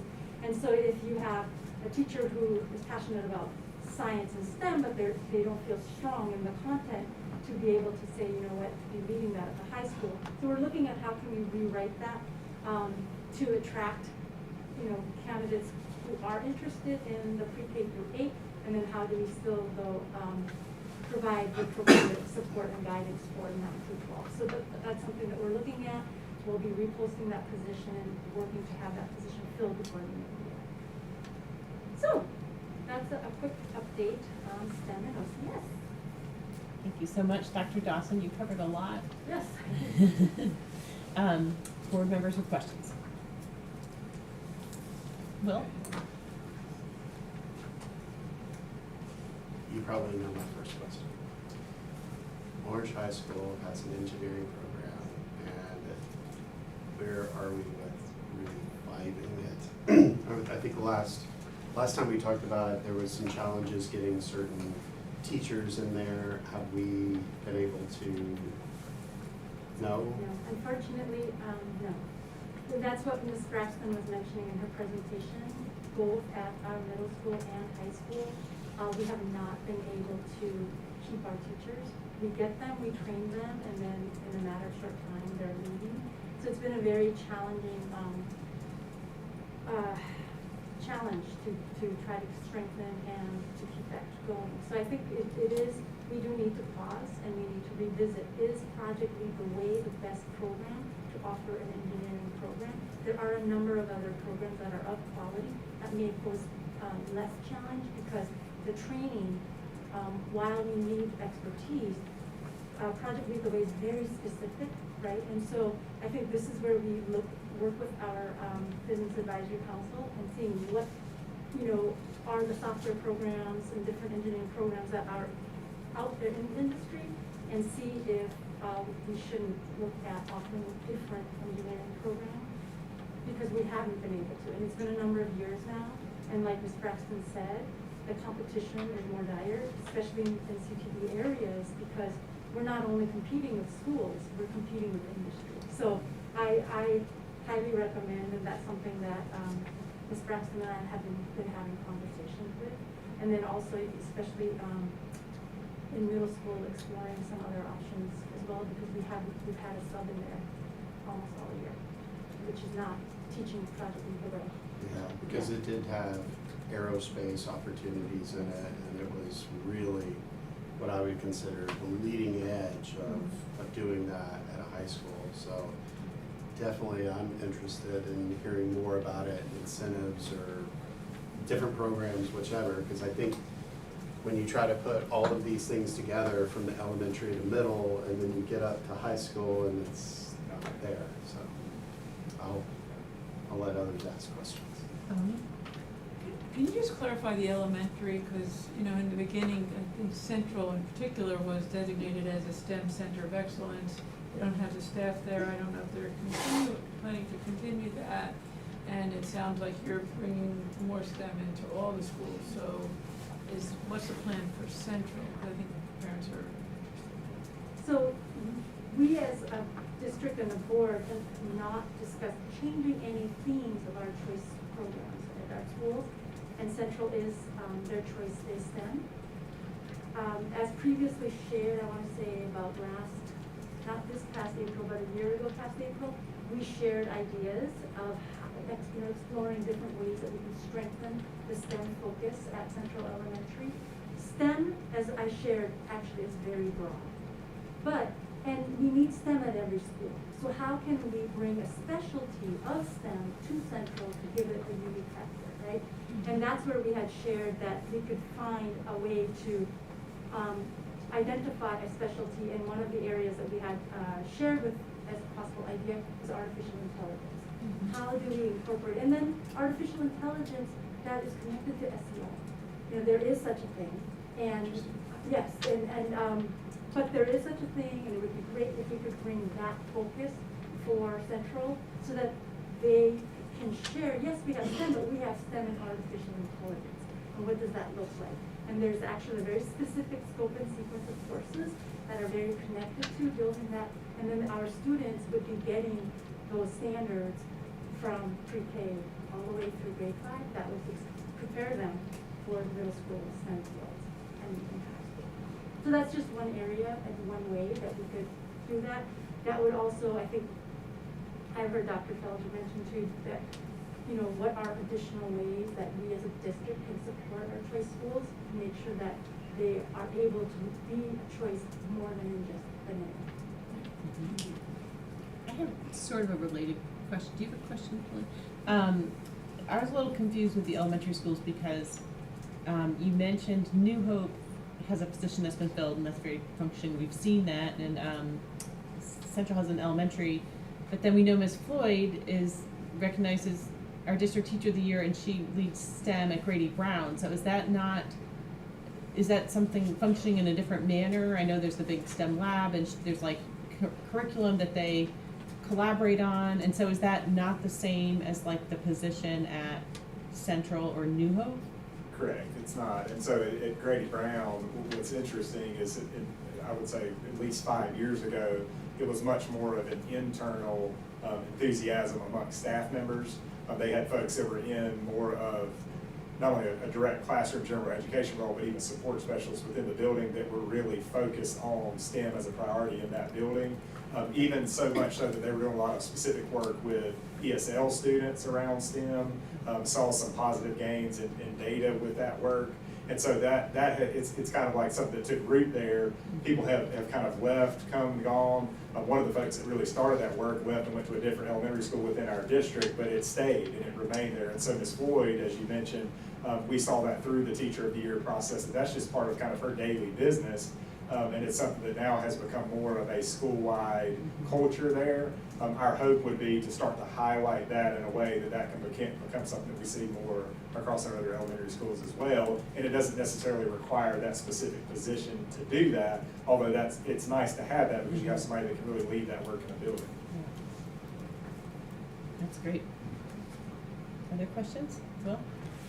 So a clarity question I had was, during the presentation, the wording was in almost every elementary on some of this. Are we looking to see how we make sure there's this opportunity in every school to make sure they have the access to the 3D printers, the software, and making sure that they have a way to get the supplies? Because the 3D printer is great, but if you don't have the material cartridges, then you can't do anything. And when I think about equity and making sure that every school has access, do we have a plan on how we would make sure each school has that available and how we keep it going in the elementaries? That's identified as one of our next steps. Okay. To do exactly that. An inventory. Actually create, get a deeper understanding of where is each school, and then what is it that each school needs, and then customizing our support for those schools, and then using our best practice within our district to help, and then having a plan. How are we going to send them a timeline for that? Because it's like computer science is the new literacy, right? Like our children, without the computer science literacy, they won't function. They need it just as much as the actual literacy because their world's all technology. So we've got to get this infused and embedded into their experience from pre-K through 12 as just a natural part of schooling. And so that's why we do have to bring that plan to fruition. Yeah, I mean, when I went to Central, I was pleasantly surprised to see they had Raspberry Pis that the students were programming and actually using, and I was like, wow, you know. So, you know, I don't know how readily available that is to other schools, but, you know, seeing that level of technology at the start is really, really reassuring to know that these kids are going to build off of that, if you will. Thank you so much. Other questions? Really appreciate your time and presentation. So, we can't forget all of our learners, right? And a group of our learners, they have special ways of learning and need different types of supports. So to give you an update for our Exceptional Children Services, here are our Executive Director of Exceptional Children Services and Pre-K, and our Assistant Director of the same. So, I introduce to you Ms. Crimmins and then Ms. Dolnick, who will give us an update with our DC services. Great. Thank you. Good evening, Board Chair, Board members, Dr. Felder, community members, and staff members. I'm Connie Crimmins. I'm the Executive Director of Exceptional Children and Pre-K Services. Beside me is Mary Ellen Golnick, Assistant Director for the department. This evening, Ms. Golnick and I are going to provide you an update on several areas related to the Exceptional Children's Services. And we appreciate the opportunity to present to you this evening. One other thing, we are like veteran co-teachers, so we're gonna probably be modeling a lot of the best co-teaching strategy that is out there, which is paired teaching. So if we if we tag team on one another, please know that it's just how we do things. It's special ed. Special ed. So here's the list of topics that we're going to speak to you this evening. Please note that in no means is this an exhaustive list. If we were going to talk about an exhaustive list or talk to you about EC from A to Z, we'd be here for the next week or two. So I do want to started earlier. I do want to preface that. But these are the things that we have been working on this school year, and especially as we move from school closure into school reopening and going back to our conventional learning. So I want to talk a little bit about the numbers. So as of Friday, the Exceptional Children's Department services 1,033 students from ages 3 to 22, unless a student graduates prior to the age of 22. Meaning that if they complete the 4 years, they can graduate, but there are some that do remain until age 22. And this is defined by the North Carolina policies governing children with disabilities. This number brings the district percentage of students with disabilities to 14%. The 14% is significant as the state funding cap for students with disabilities is 12.75 of the total annual daily membership. Meaning the district is funded for exceptional students up to 12.75 of the total district ADM. If the district exceeds the 12.755%, other funding sources are needed to fill in the gap to maintain the services and staff at the current level, or maintenance of effort.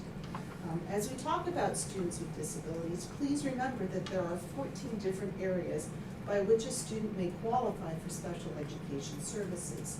I also caution that as we proceed through this information, anytime that a student is deemed eligible for special education, the IEP team must determine the presence of a disability. I say this because there can be a perception that special education is extra help, and the statement of a disability becomes glossed over. I want to remind everyone that stating that a student has a disability is serious and should not be taken lightly. And so this slide just shows a little more clarification of that 1,033 students. This is the students with IEPs by grade level. Please note that there are 100 students ages 3 through 5 captured in the pre-K category. And pre-K students, there's a range of disabilities. So it could be a student who has a minor articulation error, such as they say an L for a Y, mellow, for example. Or we have students in our pre-K services that have complex and highly severe disabilities. And those pre-K students are served within our schools and within the community programs at daycares. We have an itinerant teacher that goes to different schools, different preschools or daycares in the community to serve students. And then if you look at the X grade, the EG, those are students who are at ages 18 to 22 who have not graduated or aged out. Just clarify, when you talk about the 12.75 and 14, does that include pre-K? It does. So there's a little, it skews it just a little bit because we don't capture all of that 3 through 5 in the ADM, but it is counted in that. So, can I ask a similar question on that? Does that include the services you provide at other preschools? Yes. So that percentage, even though they're not an ADM of our county or our district, that gets included? Yes. He was nodding, so. Yes. Wow, that's odd. But, There's a budget conversation to wow. be had in here, so. Well, and ultimately, they're Orange County School students. They will be. Right, they will be. They will So be. if we could intervene Yeah. early, right, that's always, a good idea, but, I see your point of, yeah, we have a teacher that goes to several daycares and centers. Something like an educator. That's what we're finding. And so now we take a look at our EC staff by the numbers. Currently, there's 140.8 EC staff, and that does not include our contracted staff. I want to highlight a few positions for you, or positions that have responsibilities that could be novel to you. So if you look at this, one of the things that falls under our purview is our bus monitors, and we have an EC transportation coordinator. She has been instrumental in making sure that our parents' phone calls are answered in a timely manner. Also getting students who are newly identified and who need transportation as a related service, that they are immediately routed and placed on a bus, and that we're not, the parents and families are not waiting for a week. So that is money well spent to have that transportation coordinator. Something that might be novel up here is an orientation and mobility specialist. An orientation and mobility is a related service for students who have visual impairments or are blind. This person not only assists the student in learning how to navigate the school environment, but is also charged with transferring those skills into the community. Additionally, the O&M specialist assists classroom teachers with environmental changes to support a safe environment. And Orange County Schools is lucky to have a contract agency that can provide these services, as well as providing the teacher of the visually impaired. I do want to state that many districts around us are missing, do not have a teacher of the visually impaired, and so we are incredibly lucky that we have that person. Physical therapy. Our physical therapist not only evaluates students for the need of physical therapy and provide the physical therapy services, but she provides a range of other services that you may not be aware of. The physical therapist in the school system also orders and maintains all of the adapted equipment. So Whitney Malibu, who's our PT, often has a little toolbox with her because she's going and she is physically fixing the equipment. But one of the other things she does is that she will consult with adults who are having workspace issues and will assess with the ergonomics. So making sure that we are all safe within the environment. I met with Whitney last Friday in JD with operations, talking about accessibility for playgrounds. Students in wheelchairs at Central and at Ethlyn, and how are those students going to be able to easily engage and play with their peers. So she is the person that brought that to our attention, and we met with JD, and there's or plan in progress. She knows the ADA kind of requirements for certain things. It's been very And helpful. the other thing that just, in your statement brought up is she also makes sure that the evacu chairs are readily available and ready for our multi-story buildings, so that we have students who do have physical disabilities. Should there be a fire and the elevators are down, we're ready to go. She trains staff on positioning. I mean, the scope of a school-based PT is large and wide. But also, the PT assists families with maintenance of their wheelchairs, working through the vendors, setting up appointments, meeting the wheelchair expert at the school, and then she also assesses the safety of wheelchairs on the buses. And so one of our things such as brakes, she called me and said, you gotta get the brakes fixed on the wheelchair, or the student could potentially roll off. So her role is essential to students with disabilities. And then, this isn't a position, but it's something that I think is important, assistive technology. So assistive technology is a large part of the work of multiple people in the district. We do have an assistive technology team. It consists of 2 speech-language pathologists, 1 OT, and 1 teacher. And what they do is they go out and they can assess students. They will suggest particular assistive technology devices. And I could go on and on about like the types, but it could be a voice output device. It could be a Core board. Yep. It's something that's very basic with maintenance, and not really you think of technology, but as pictures and ways for students to communicate. But I wanted to highlight this particular area because a lot of districts do have a dedicated assistive technology kind of coordinator person, and we just have, through the good grace of these folks, to help us out. So I do want to highlight their work. Tonight we're going to talk to you about lots of topics, and these are some of the topics that we're going to highlight tonight, and is an area of focus for us now and as we move forward. And I'm excited to share with you the beginnings of our EC Parent Council. And the why around this is that while we had parent communication and engagement, we wanted to improve that. And we've had, 6, 7, we meet every month, with our parents, caregivers and guardians who have students in OCS EC programs. We have a school principal that participates on this council, a school social worker, and EC leadership. Some of the things that we've talked about this year is that we are going to have, and the families share, that they really wanted an opportunity to connect with other families who have students in EC. Often when we look at information coming out about special education students with disabilities, 1 in 44 students is diagnosed with autism. And those families, these may be a new diagnosis, and they want to connect with other families who also have a child with that similar disability for support and for connection. And so we have planned, and this is our, I don't know how to click on it in here, but this is our save the date for our family picnic hosted by our EC department. Ryan's going to take care of that. One of our parents created our save the date, and that will go out at the closer to the end of the year for our families. And it's just an opportunity for our families to get together. You guys will all be invited.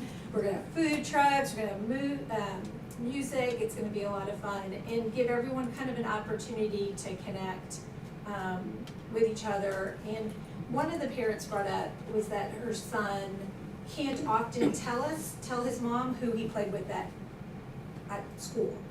Just doesn't remember that, or doesn't ask the student's name. It's just a boy in my class. And she really wanted that opportunity to be able to meet that boy. Which boy is it? And to meet those parents. We are also going to create parent trainings that are accessible for parents whenever they need them. Everything from how do you organize your IEP paperwork, and the importance of that notebook and keeping your students' papers together, to what are related services, what is the process, who do I contact, all these different items that parents have brought up, and even some of our veteran parents who have had students with significant needs since birth. have said there's just some things I still don't know. And for new parents into the district and new parents of students that were recently identified. We've had guest speakers, Dr. Keeling came to speak with our parents. Our parents are passionate about ensuring that ability is part of our equity conversations. And that was a great discussion with her and our parents. It was a good night. Our next steps for this. Our growth with the EC Parent Council has been slow by design and request by the parents. We've added parents in as we looked at the group and said, oh, well, you know, we have parents with children on extended content, and we have children with who are in general ed with autism that present different questions, and reading disabilities, and kind of pulling in a different kind of group of parents so that we have a nice cross section. So we're going to continue to build that team. Our next steps will be for our parents focus meeting with Rethink Education. And I'll be talking about that later. We're going to work on creating those training modules and discuss strategies for increasing parent participation, whether it's through membership drives or creating a listserv, but just building those connections. And if it means we continue to have more social events with food trucks, we're good with that too. But just giving opportunities for everyone to connect. Okay, meat and potatoes now. EC eligibility meetings. Schools continue to schedule eligibility meetings from referrals received during the COVID school closures and during remote learning, as well as additional new referrals for the school year. Some of the challenges that we faced during COVID, there was no forgiveness or grace period for IDEA during COVID. So some of those challenges for having timely evaluations completed were the social distancing requirements.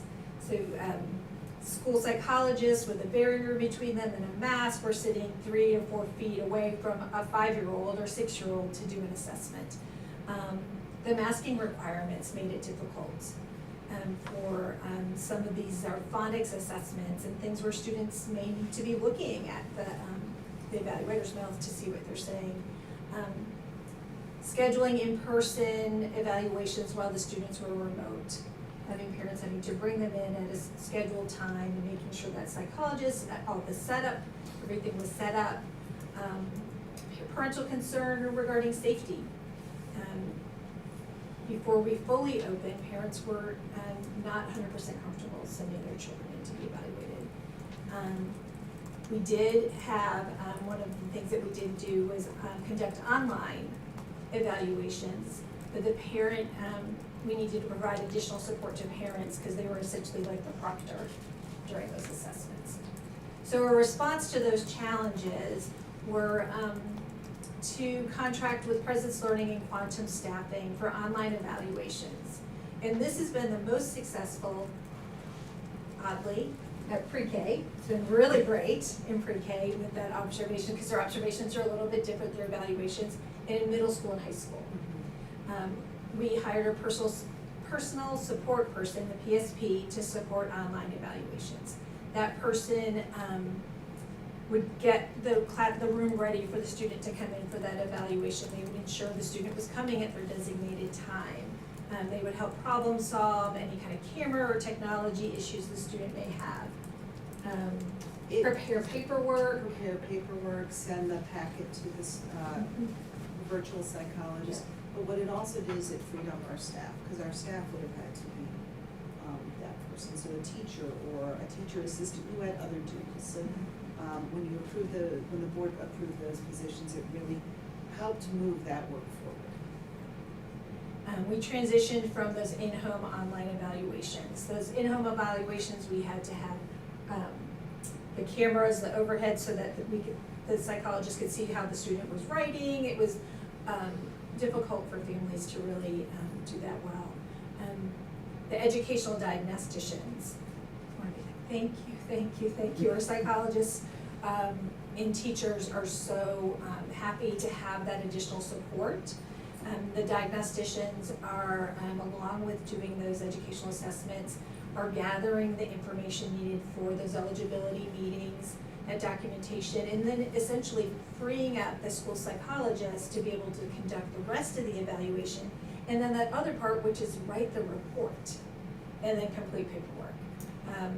And we're starting to see them being able to see students. That was another piece of that. And so, we have a very enthusiastic young school psychologist at one of the schools, and she's like, bring them. I want to start doing this work. We've got another school psych who's starting to be able to get their heads above water so that they can do the work. And every time we interview or talk to a school psychologist, they're like, will I get to see students? And so now with the educational diagnosticians, the answer is yes, you will be able to see students. So we're able to have them support that SEL work and students with IEPs and capacity.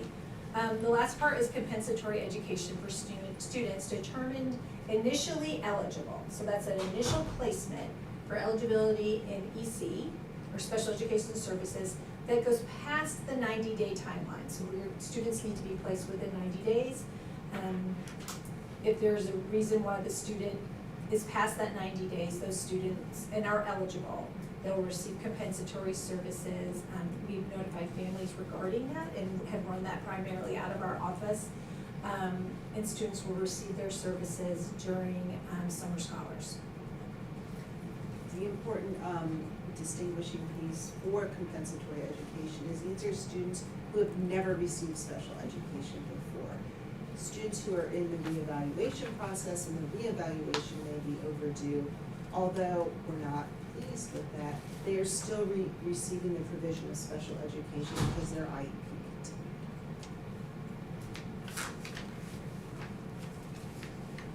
What is being done to assist schools? District staff has prioritized schools with the highest number of overdue meetings. The educational diagnosticians, that was our primary focus. They were placed at those higher need schools first. Also, our contracted school psychologists went to those high priority schools from the get-go. Central service staff, we are assisting running with IEPs. Today I made a matrix, collaborating with an EC teacher who is having a meeting today.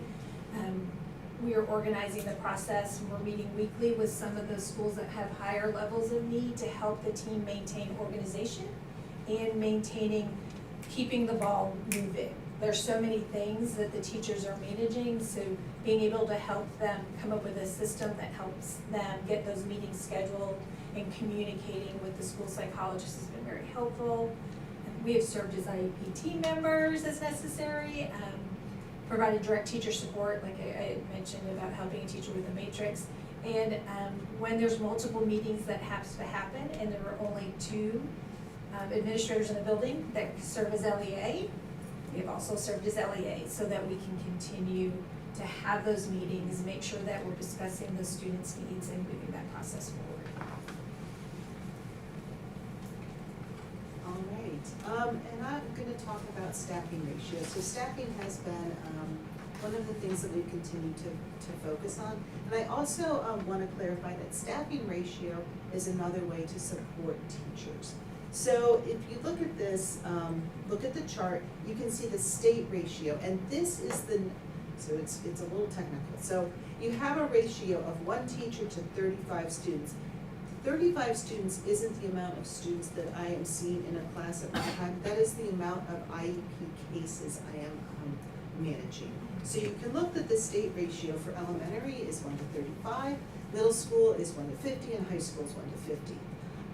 If you think about that and all the amount of time between teaching and planning and writing, 50 IEPs is a lot. So my friends in Alamance, Durham, Chapel Hill, and Wake, we all got together and we're like, what are the ratios? What's your ratio in elementary school, middle school, high school?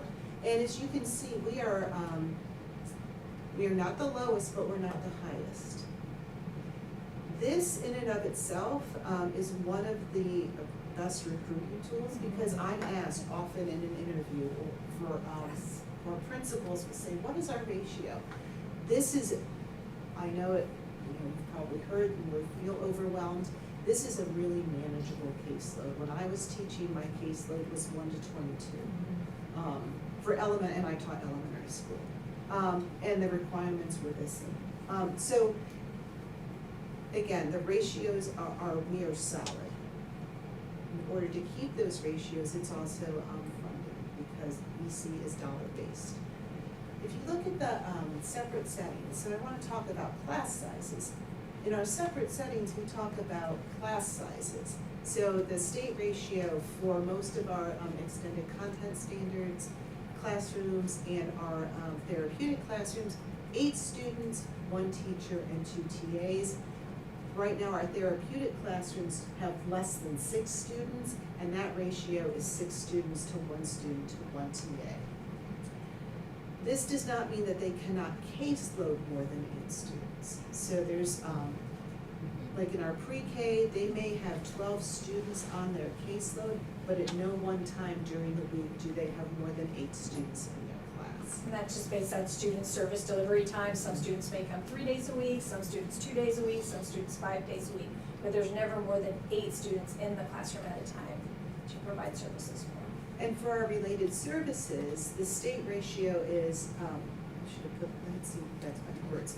It's 1 provider to 50 students, and again, our highest caseload between our speech language pathologists, occupational therapists, or a physical therapist is no more than 1 to 45. And our, I will say our related service providers are very good at going through and reallocating, reshuffling, so that their caseloads stay manageable. And just from this chart, you can see we are well-staffed and more than compliant with state staffing ratios. And I want to add that for our related service, because we'll talk about vacancies next, but for our related service in our separate settings, we have very, very low turnover. I think we, one speech pathologist, and I don't even know how many years, it might be 10, that we had a vacancy, and that was because the person retired. And in our separate setting, our extended content classrooms, particularly one. So they are all pretty stable as far as staffing goes. And so just looking at vacancies, our largest number of vacancies this year was with our teacher assistants. 14 teacher assistants have turned over since August, and you can see that we've closed all but 5 of those vacancies.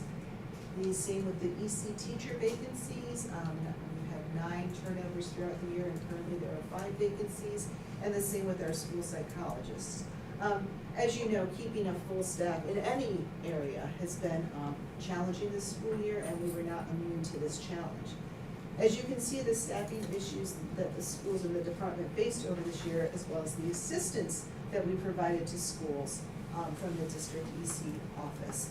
And so you can just see that in order to help schools manage the vacancies, we were subbing. I think 3 times a week I vet resumes and send them out to principals.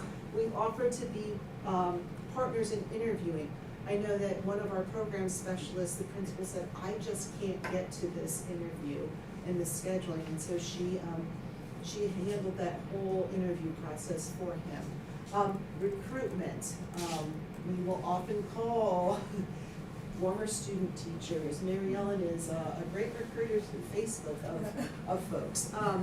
We've provided It's all fair when it comes to recruitment. Staffing. Providing IEP support so that where there are vacancies, there are not lapsed IEPs. And Mary Ann Baldwin, who is one of our program specialists, and Drew Collins, they have sat and prepared multiple IEPs just to make sure that we are doing what's right for students. I think the most exciting thing to kind of preview on is that, throughout the school year, we've had 3.8 psychologists. I'm going to knock on wood here, but everything being good, there's going to be some recommendations coming, and I'm very excited.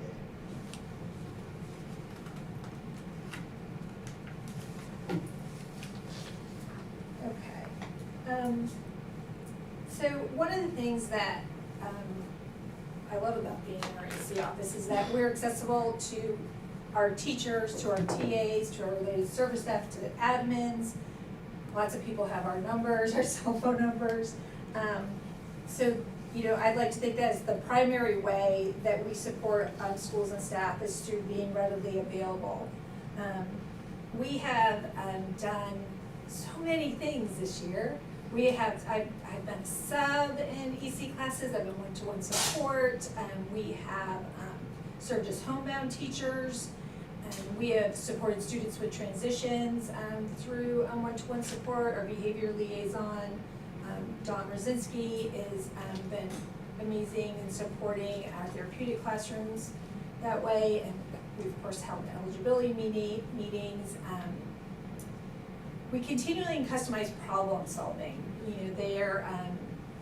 Can you help us with this? Can I get some feedback, even just from EC teachers? Could you take a look at this and give me some feedback? And sometimes it's not always in person. It may be through Google Docs and replying in comments, but we are collaborating and working through some customized problem solving. We are in schools weekly. As the person that focuses a lot in elementary, my goal is to hit all my elementary schools every week. It's not anything, it may not be anything more than, hey, how are you doing? Do you need anything? Or I've got your supplies. You may see Thea Wilson, our pre-K program specialist, and Michelle Mead, our pre-K coordinator, our pre-K specialist, together. They drove around together and they do their visits for our pre-K program, which is great in that collaboration. Drew's in schools. Marianne, if I see her in the office, it's surprising because she's typically in her secondary schools at Orange and at Orange Middle. We are sometimes the primary parent contact to help facilitate IEP meetings. We do support with due process, if you want to talk a little bit more about that. So due process, that covers a lot. So there are times where we have attorney-involved cases. Or records requests, and any time we get a records request from an attorney, it triggers an internal process for us. Immediately, there is a review of the record, it's a meeting with the principal and the school team to see what can we put in place to fix the potential instructional and or compliance issues with the IEP. Typically, they are around the functional behavior assessment. We've seen a lot of that this year, more so around the functional behavior assessment and the behavior intervention plan. But this year, a little bit more, we've had a little more attorney involvement, which is atypical for us. I like to pride ourselves on the fact that if a parent calls or a team says, hey, something's not going real well here, can you look into it, that we're able to turn that tide. But this year, I think there's just a lot on everyone. And so some of the teachers' plates are a little bit full, and we haven't been able to get ahead of that. We've also worked with the FBA and BIP process, offered training on behavioral interventions, and then I wish that instruction was up at the top. And I'm going to talk a little bit about that, what we're doing to assess instruction, and then how to be able to plan for next year. But with all of the other needs that teachers and students have had this year, I wish I could say we could be the best instructional leaders we could be, but we had to care for our students and our staff in different ways this year. Our instruction, right before COVID, we had rolled out a lot of programming and training, and then with COVID, that wasn't something that transferred as easily. So, but we're moving forward, and we're going to pick you back up. We're also providing lots of professional development on those programs, such as Trans Math and Fusion Reading. We also use corrective reading in elementary school, number worlds for our math instruction. We are working through behavior support systems and crisis prevention institute training. Our communication to schools and staff, we have monthly EC department chair meetings, and all of those are housed in Canvas, so EC chairs are able to go back and pull information to share with their PLC and their teams. We also have weekly educational diagnostician meetings. One-to-one meetings with principals. Some of our principals have scheduled monthly meetings with us to just kind of take a minute to kind of catch up on maybe a possible situation or student, or support with instruction or teacher needs. Monday message. which I pride myself on my memes. I find them amusing, and it might get me through those Monday messages. I can tell when people don't read them, because I don't get little notes back. But we do send out, and we keep things in there so that I could say, if a teacher asks me for homebound paperwork, I'm like, hey, go to your Monday message, it's in your Monday message, it's the third bullet down. And it's a nice way for us to be able to communicate with everyone. TAs get the Monday message, teachers, all of our folks, including school administrators, all get that Monday message. And so now we're bringing our presentation back around. So we started with something novel that we started this year, talked about some of the supports that we put in place, some of the challenges with staffing. So now we're going to talk about continuous improvement and round out the presentation with our challenges and needs. So in terms of continuous improvement, there are two types of audits that special education departments need to look at. One is the confidential file audit, which is talking about the compliance with the federal, state, and local policies which drive our EC paperwork. Part of that audit also leads to improvements in our instructional and functional goals to meet each child's unique needs. Also, the compliance audits are a means of continuous improvement as they assist district EC staff to identify school-specific needs and global district needs. The most important part of the audit leads us to determine the fidelity of specially designed instruction and the implementation of the accommodations and modifications. Our process is to go school by school, audit 2 files per teacher or related service provider, debrief with the staff and principal, provide follow-up to assist with correcting errors, monitor the implementation of any needed corrections, and then the process starts again. So this is an ongoing process. Schools love when we say, hey, we're gonna pull your files. But again, as long as we present it as, this is not punitive, and that's not what it's meant to be. It is meant to look at the professional development needs and assistance with compliance, instructional practices, materials, and or implementation of any of those. And we consistently see trends, right? The same kind of error at a school, we'll be happy with multiple different case managers, and also exemplar work and examples also are happening in trends. And so this summer, with the addition again of the educational diagnosticians, more school psychologists, we're gonna be able to bring together a larger team. And this team will be trained on the audit process and will assist with the planning and creating professional development to set schools up for a truly successful 2022-2023 school year. And we use the same form that they use for the state level, so we're to audit for the state level. And then this is the study that I'm really excited about. So Research Triangle Institute has launched a study titled Rethink Education. As you see from the above bullet points, the goal is to assess the instructional experience of students with disabilities and multi-language learners. As I said, personally, I'm very excited about this study, as the questions that you see listed are the questions that district staff continually ask, principals ask, and teachers ask.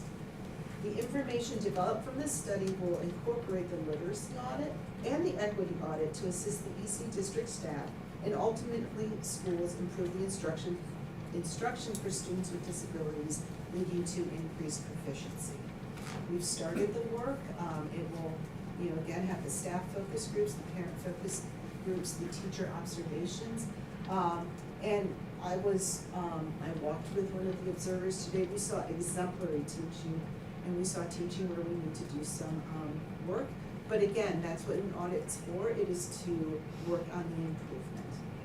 Could I just set some context? Because board members, you are aware of Rethink Education Initiative from the NC Department of Public Instruction, because I want to say earlier in the year, you were provided an update because we were part of cohort 1 of the state initiative, where our digital learning coaches and a number of our other facilitators participated all throughout this year in the blended learning model. And part of that initiative allowed us access to this free grant. And so we could not bypass this opportunity to dig deeper into getting a better understanding of why our EC students and our multilingual language learners are at the bottom of our tier of proficiency. And so that's why we're doing an intentional deeper dive to better understand. There are two groups that are hurting the most in their learning. And so that's why, while these questions focus for EC, because this is an EC update, please know that we're doing the same study for our multilingual language learners as well. So it's the Rethink Education, you'll have heard it before, you'll hear it again, because it's part of a state initiative as well. I just want to set that. Thank you. Yeah. All right, and then, whoops. Lastly, our strengths, challenges, and needs. So if you look at our strengths, we have a committed Orange County school staff. They're committed, they show up every day, and they are there for the students and families. We have still been able to provide some continued professional development, and we have a goal next year of no overdue meetings. That is the goal. And then connections to staff, like Mary Ellen, or like Ms. Golnick stated. A day doesn't go by where I've heard from 3 or 4 teachers, can you help me with this? Can you come problem solve with me? Can you talk me through this? It's not unheard of. It's not something that's unique, but it is unique as a strength to Orange County because through interviews, through talking with other teachers, I don't hear that same thing. So I do want to point that out. And then the last 2 strengths I want to highlight. EC department staff isn't good at promoting themselves. We just do our work. But I want to point out the expertise of the district EC staff in terms of how veteran the staff is. And especially for our lead occupational therapist, speech language pathologist, and PT. They are known as experts in their field. They're often called. Amanda Todd. They participate state level. State level. They Amanda Todd last year presented the ethics course for all the OTs in the state. That is huge. We've had one of our OTs who was an adjunct professor. So there's all of this expertise that, and then folks just go about and do their work. Could you also share about your expertise? Because I know you're Veteran.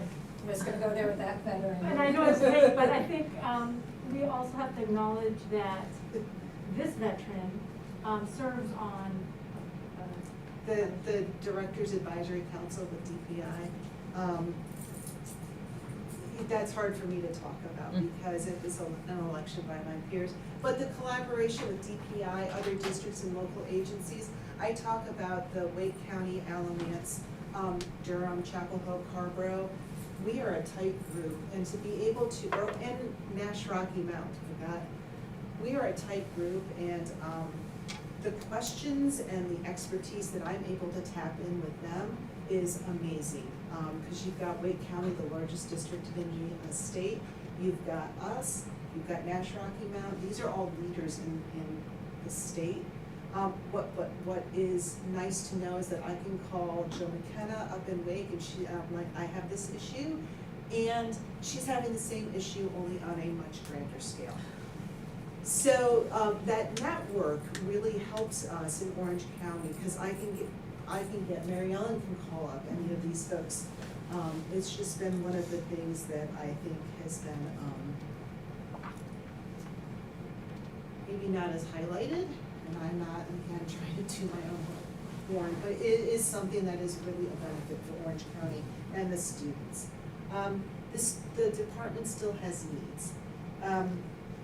Our pre-K population continues to grow, and not so much in the number of students at the pre-K level, but again, the complexity of their disabilities, meaning that there's more students who may need to access a separate setting classroom.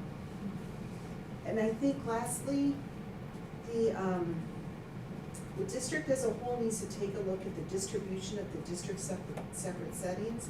I know that you saw in a board weekly update the distribution, and we have some schools that are very high, and it's more so at elementary because of the pre-K classrooms.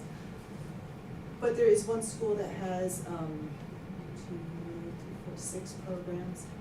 And then there's a school that doesn't have any. And so we do need to look at that. And as our pre-K population grows and the severity of their needs, so is our elementary classroom need in terms of being able to support students on the extended content schedules. And we are placing students who are EC in our Title I blended pre-K classrooms. So we have separate setting for our more intensive needs, and then we have about 5 slots in each of those classrooms at New Hope, Pathway, Central, Efland, where we're placing, and we just run out of slots. We just run out of space. We run out of space. The other thing is that with pre-K, Theo Wilson and Michelle Mead have been instrumental in working and repairing the relationship with Head Start. And so they have now opened up their classroom for Additional their classrooms placements. for our additional placements.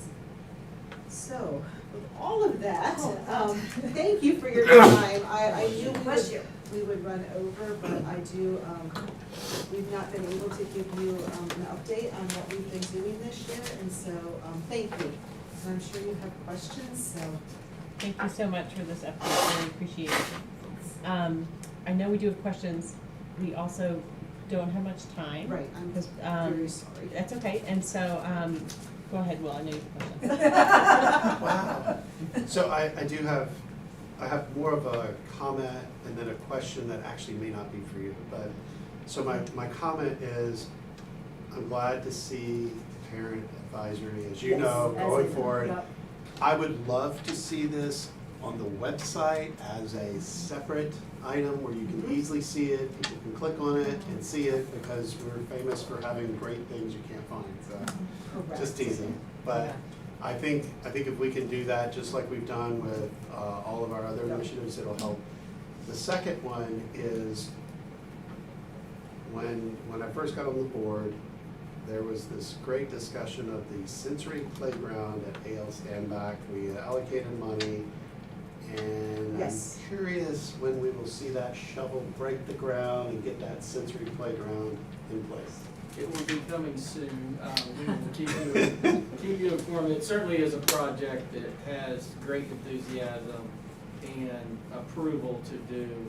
Certainly with the pandemic, we've been behind on that project, but we have been in discussion with the school staff to make sure we're still on target with the scope of the project so that we can complete the design to get it finished. And like I said, we were hoping to have it done this past spring. Obviously, we missed that deadline, but we're still continuing to make sure it happens.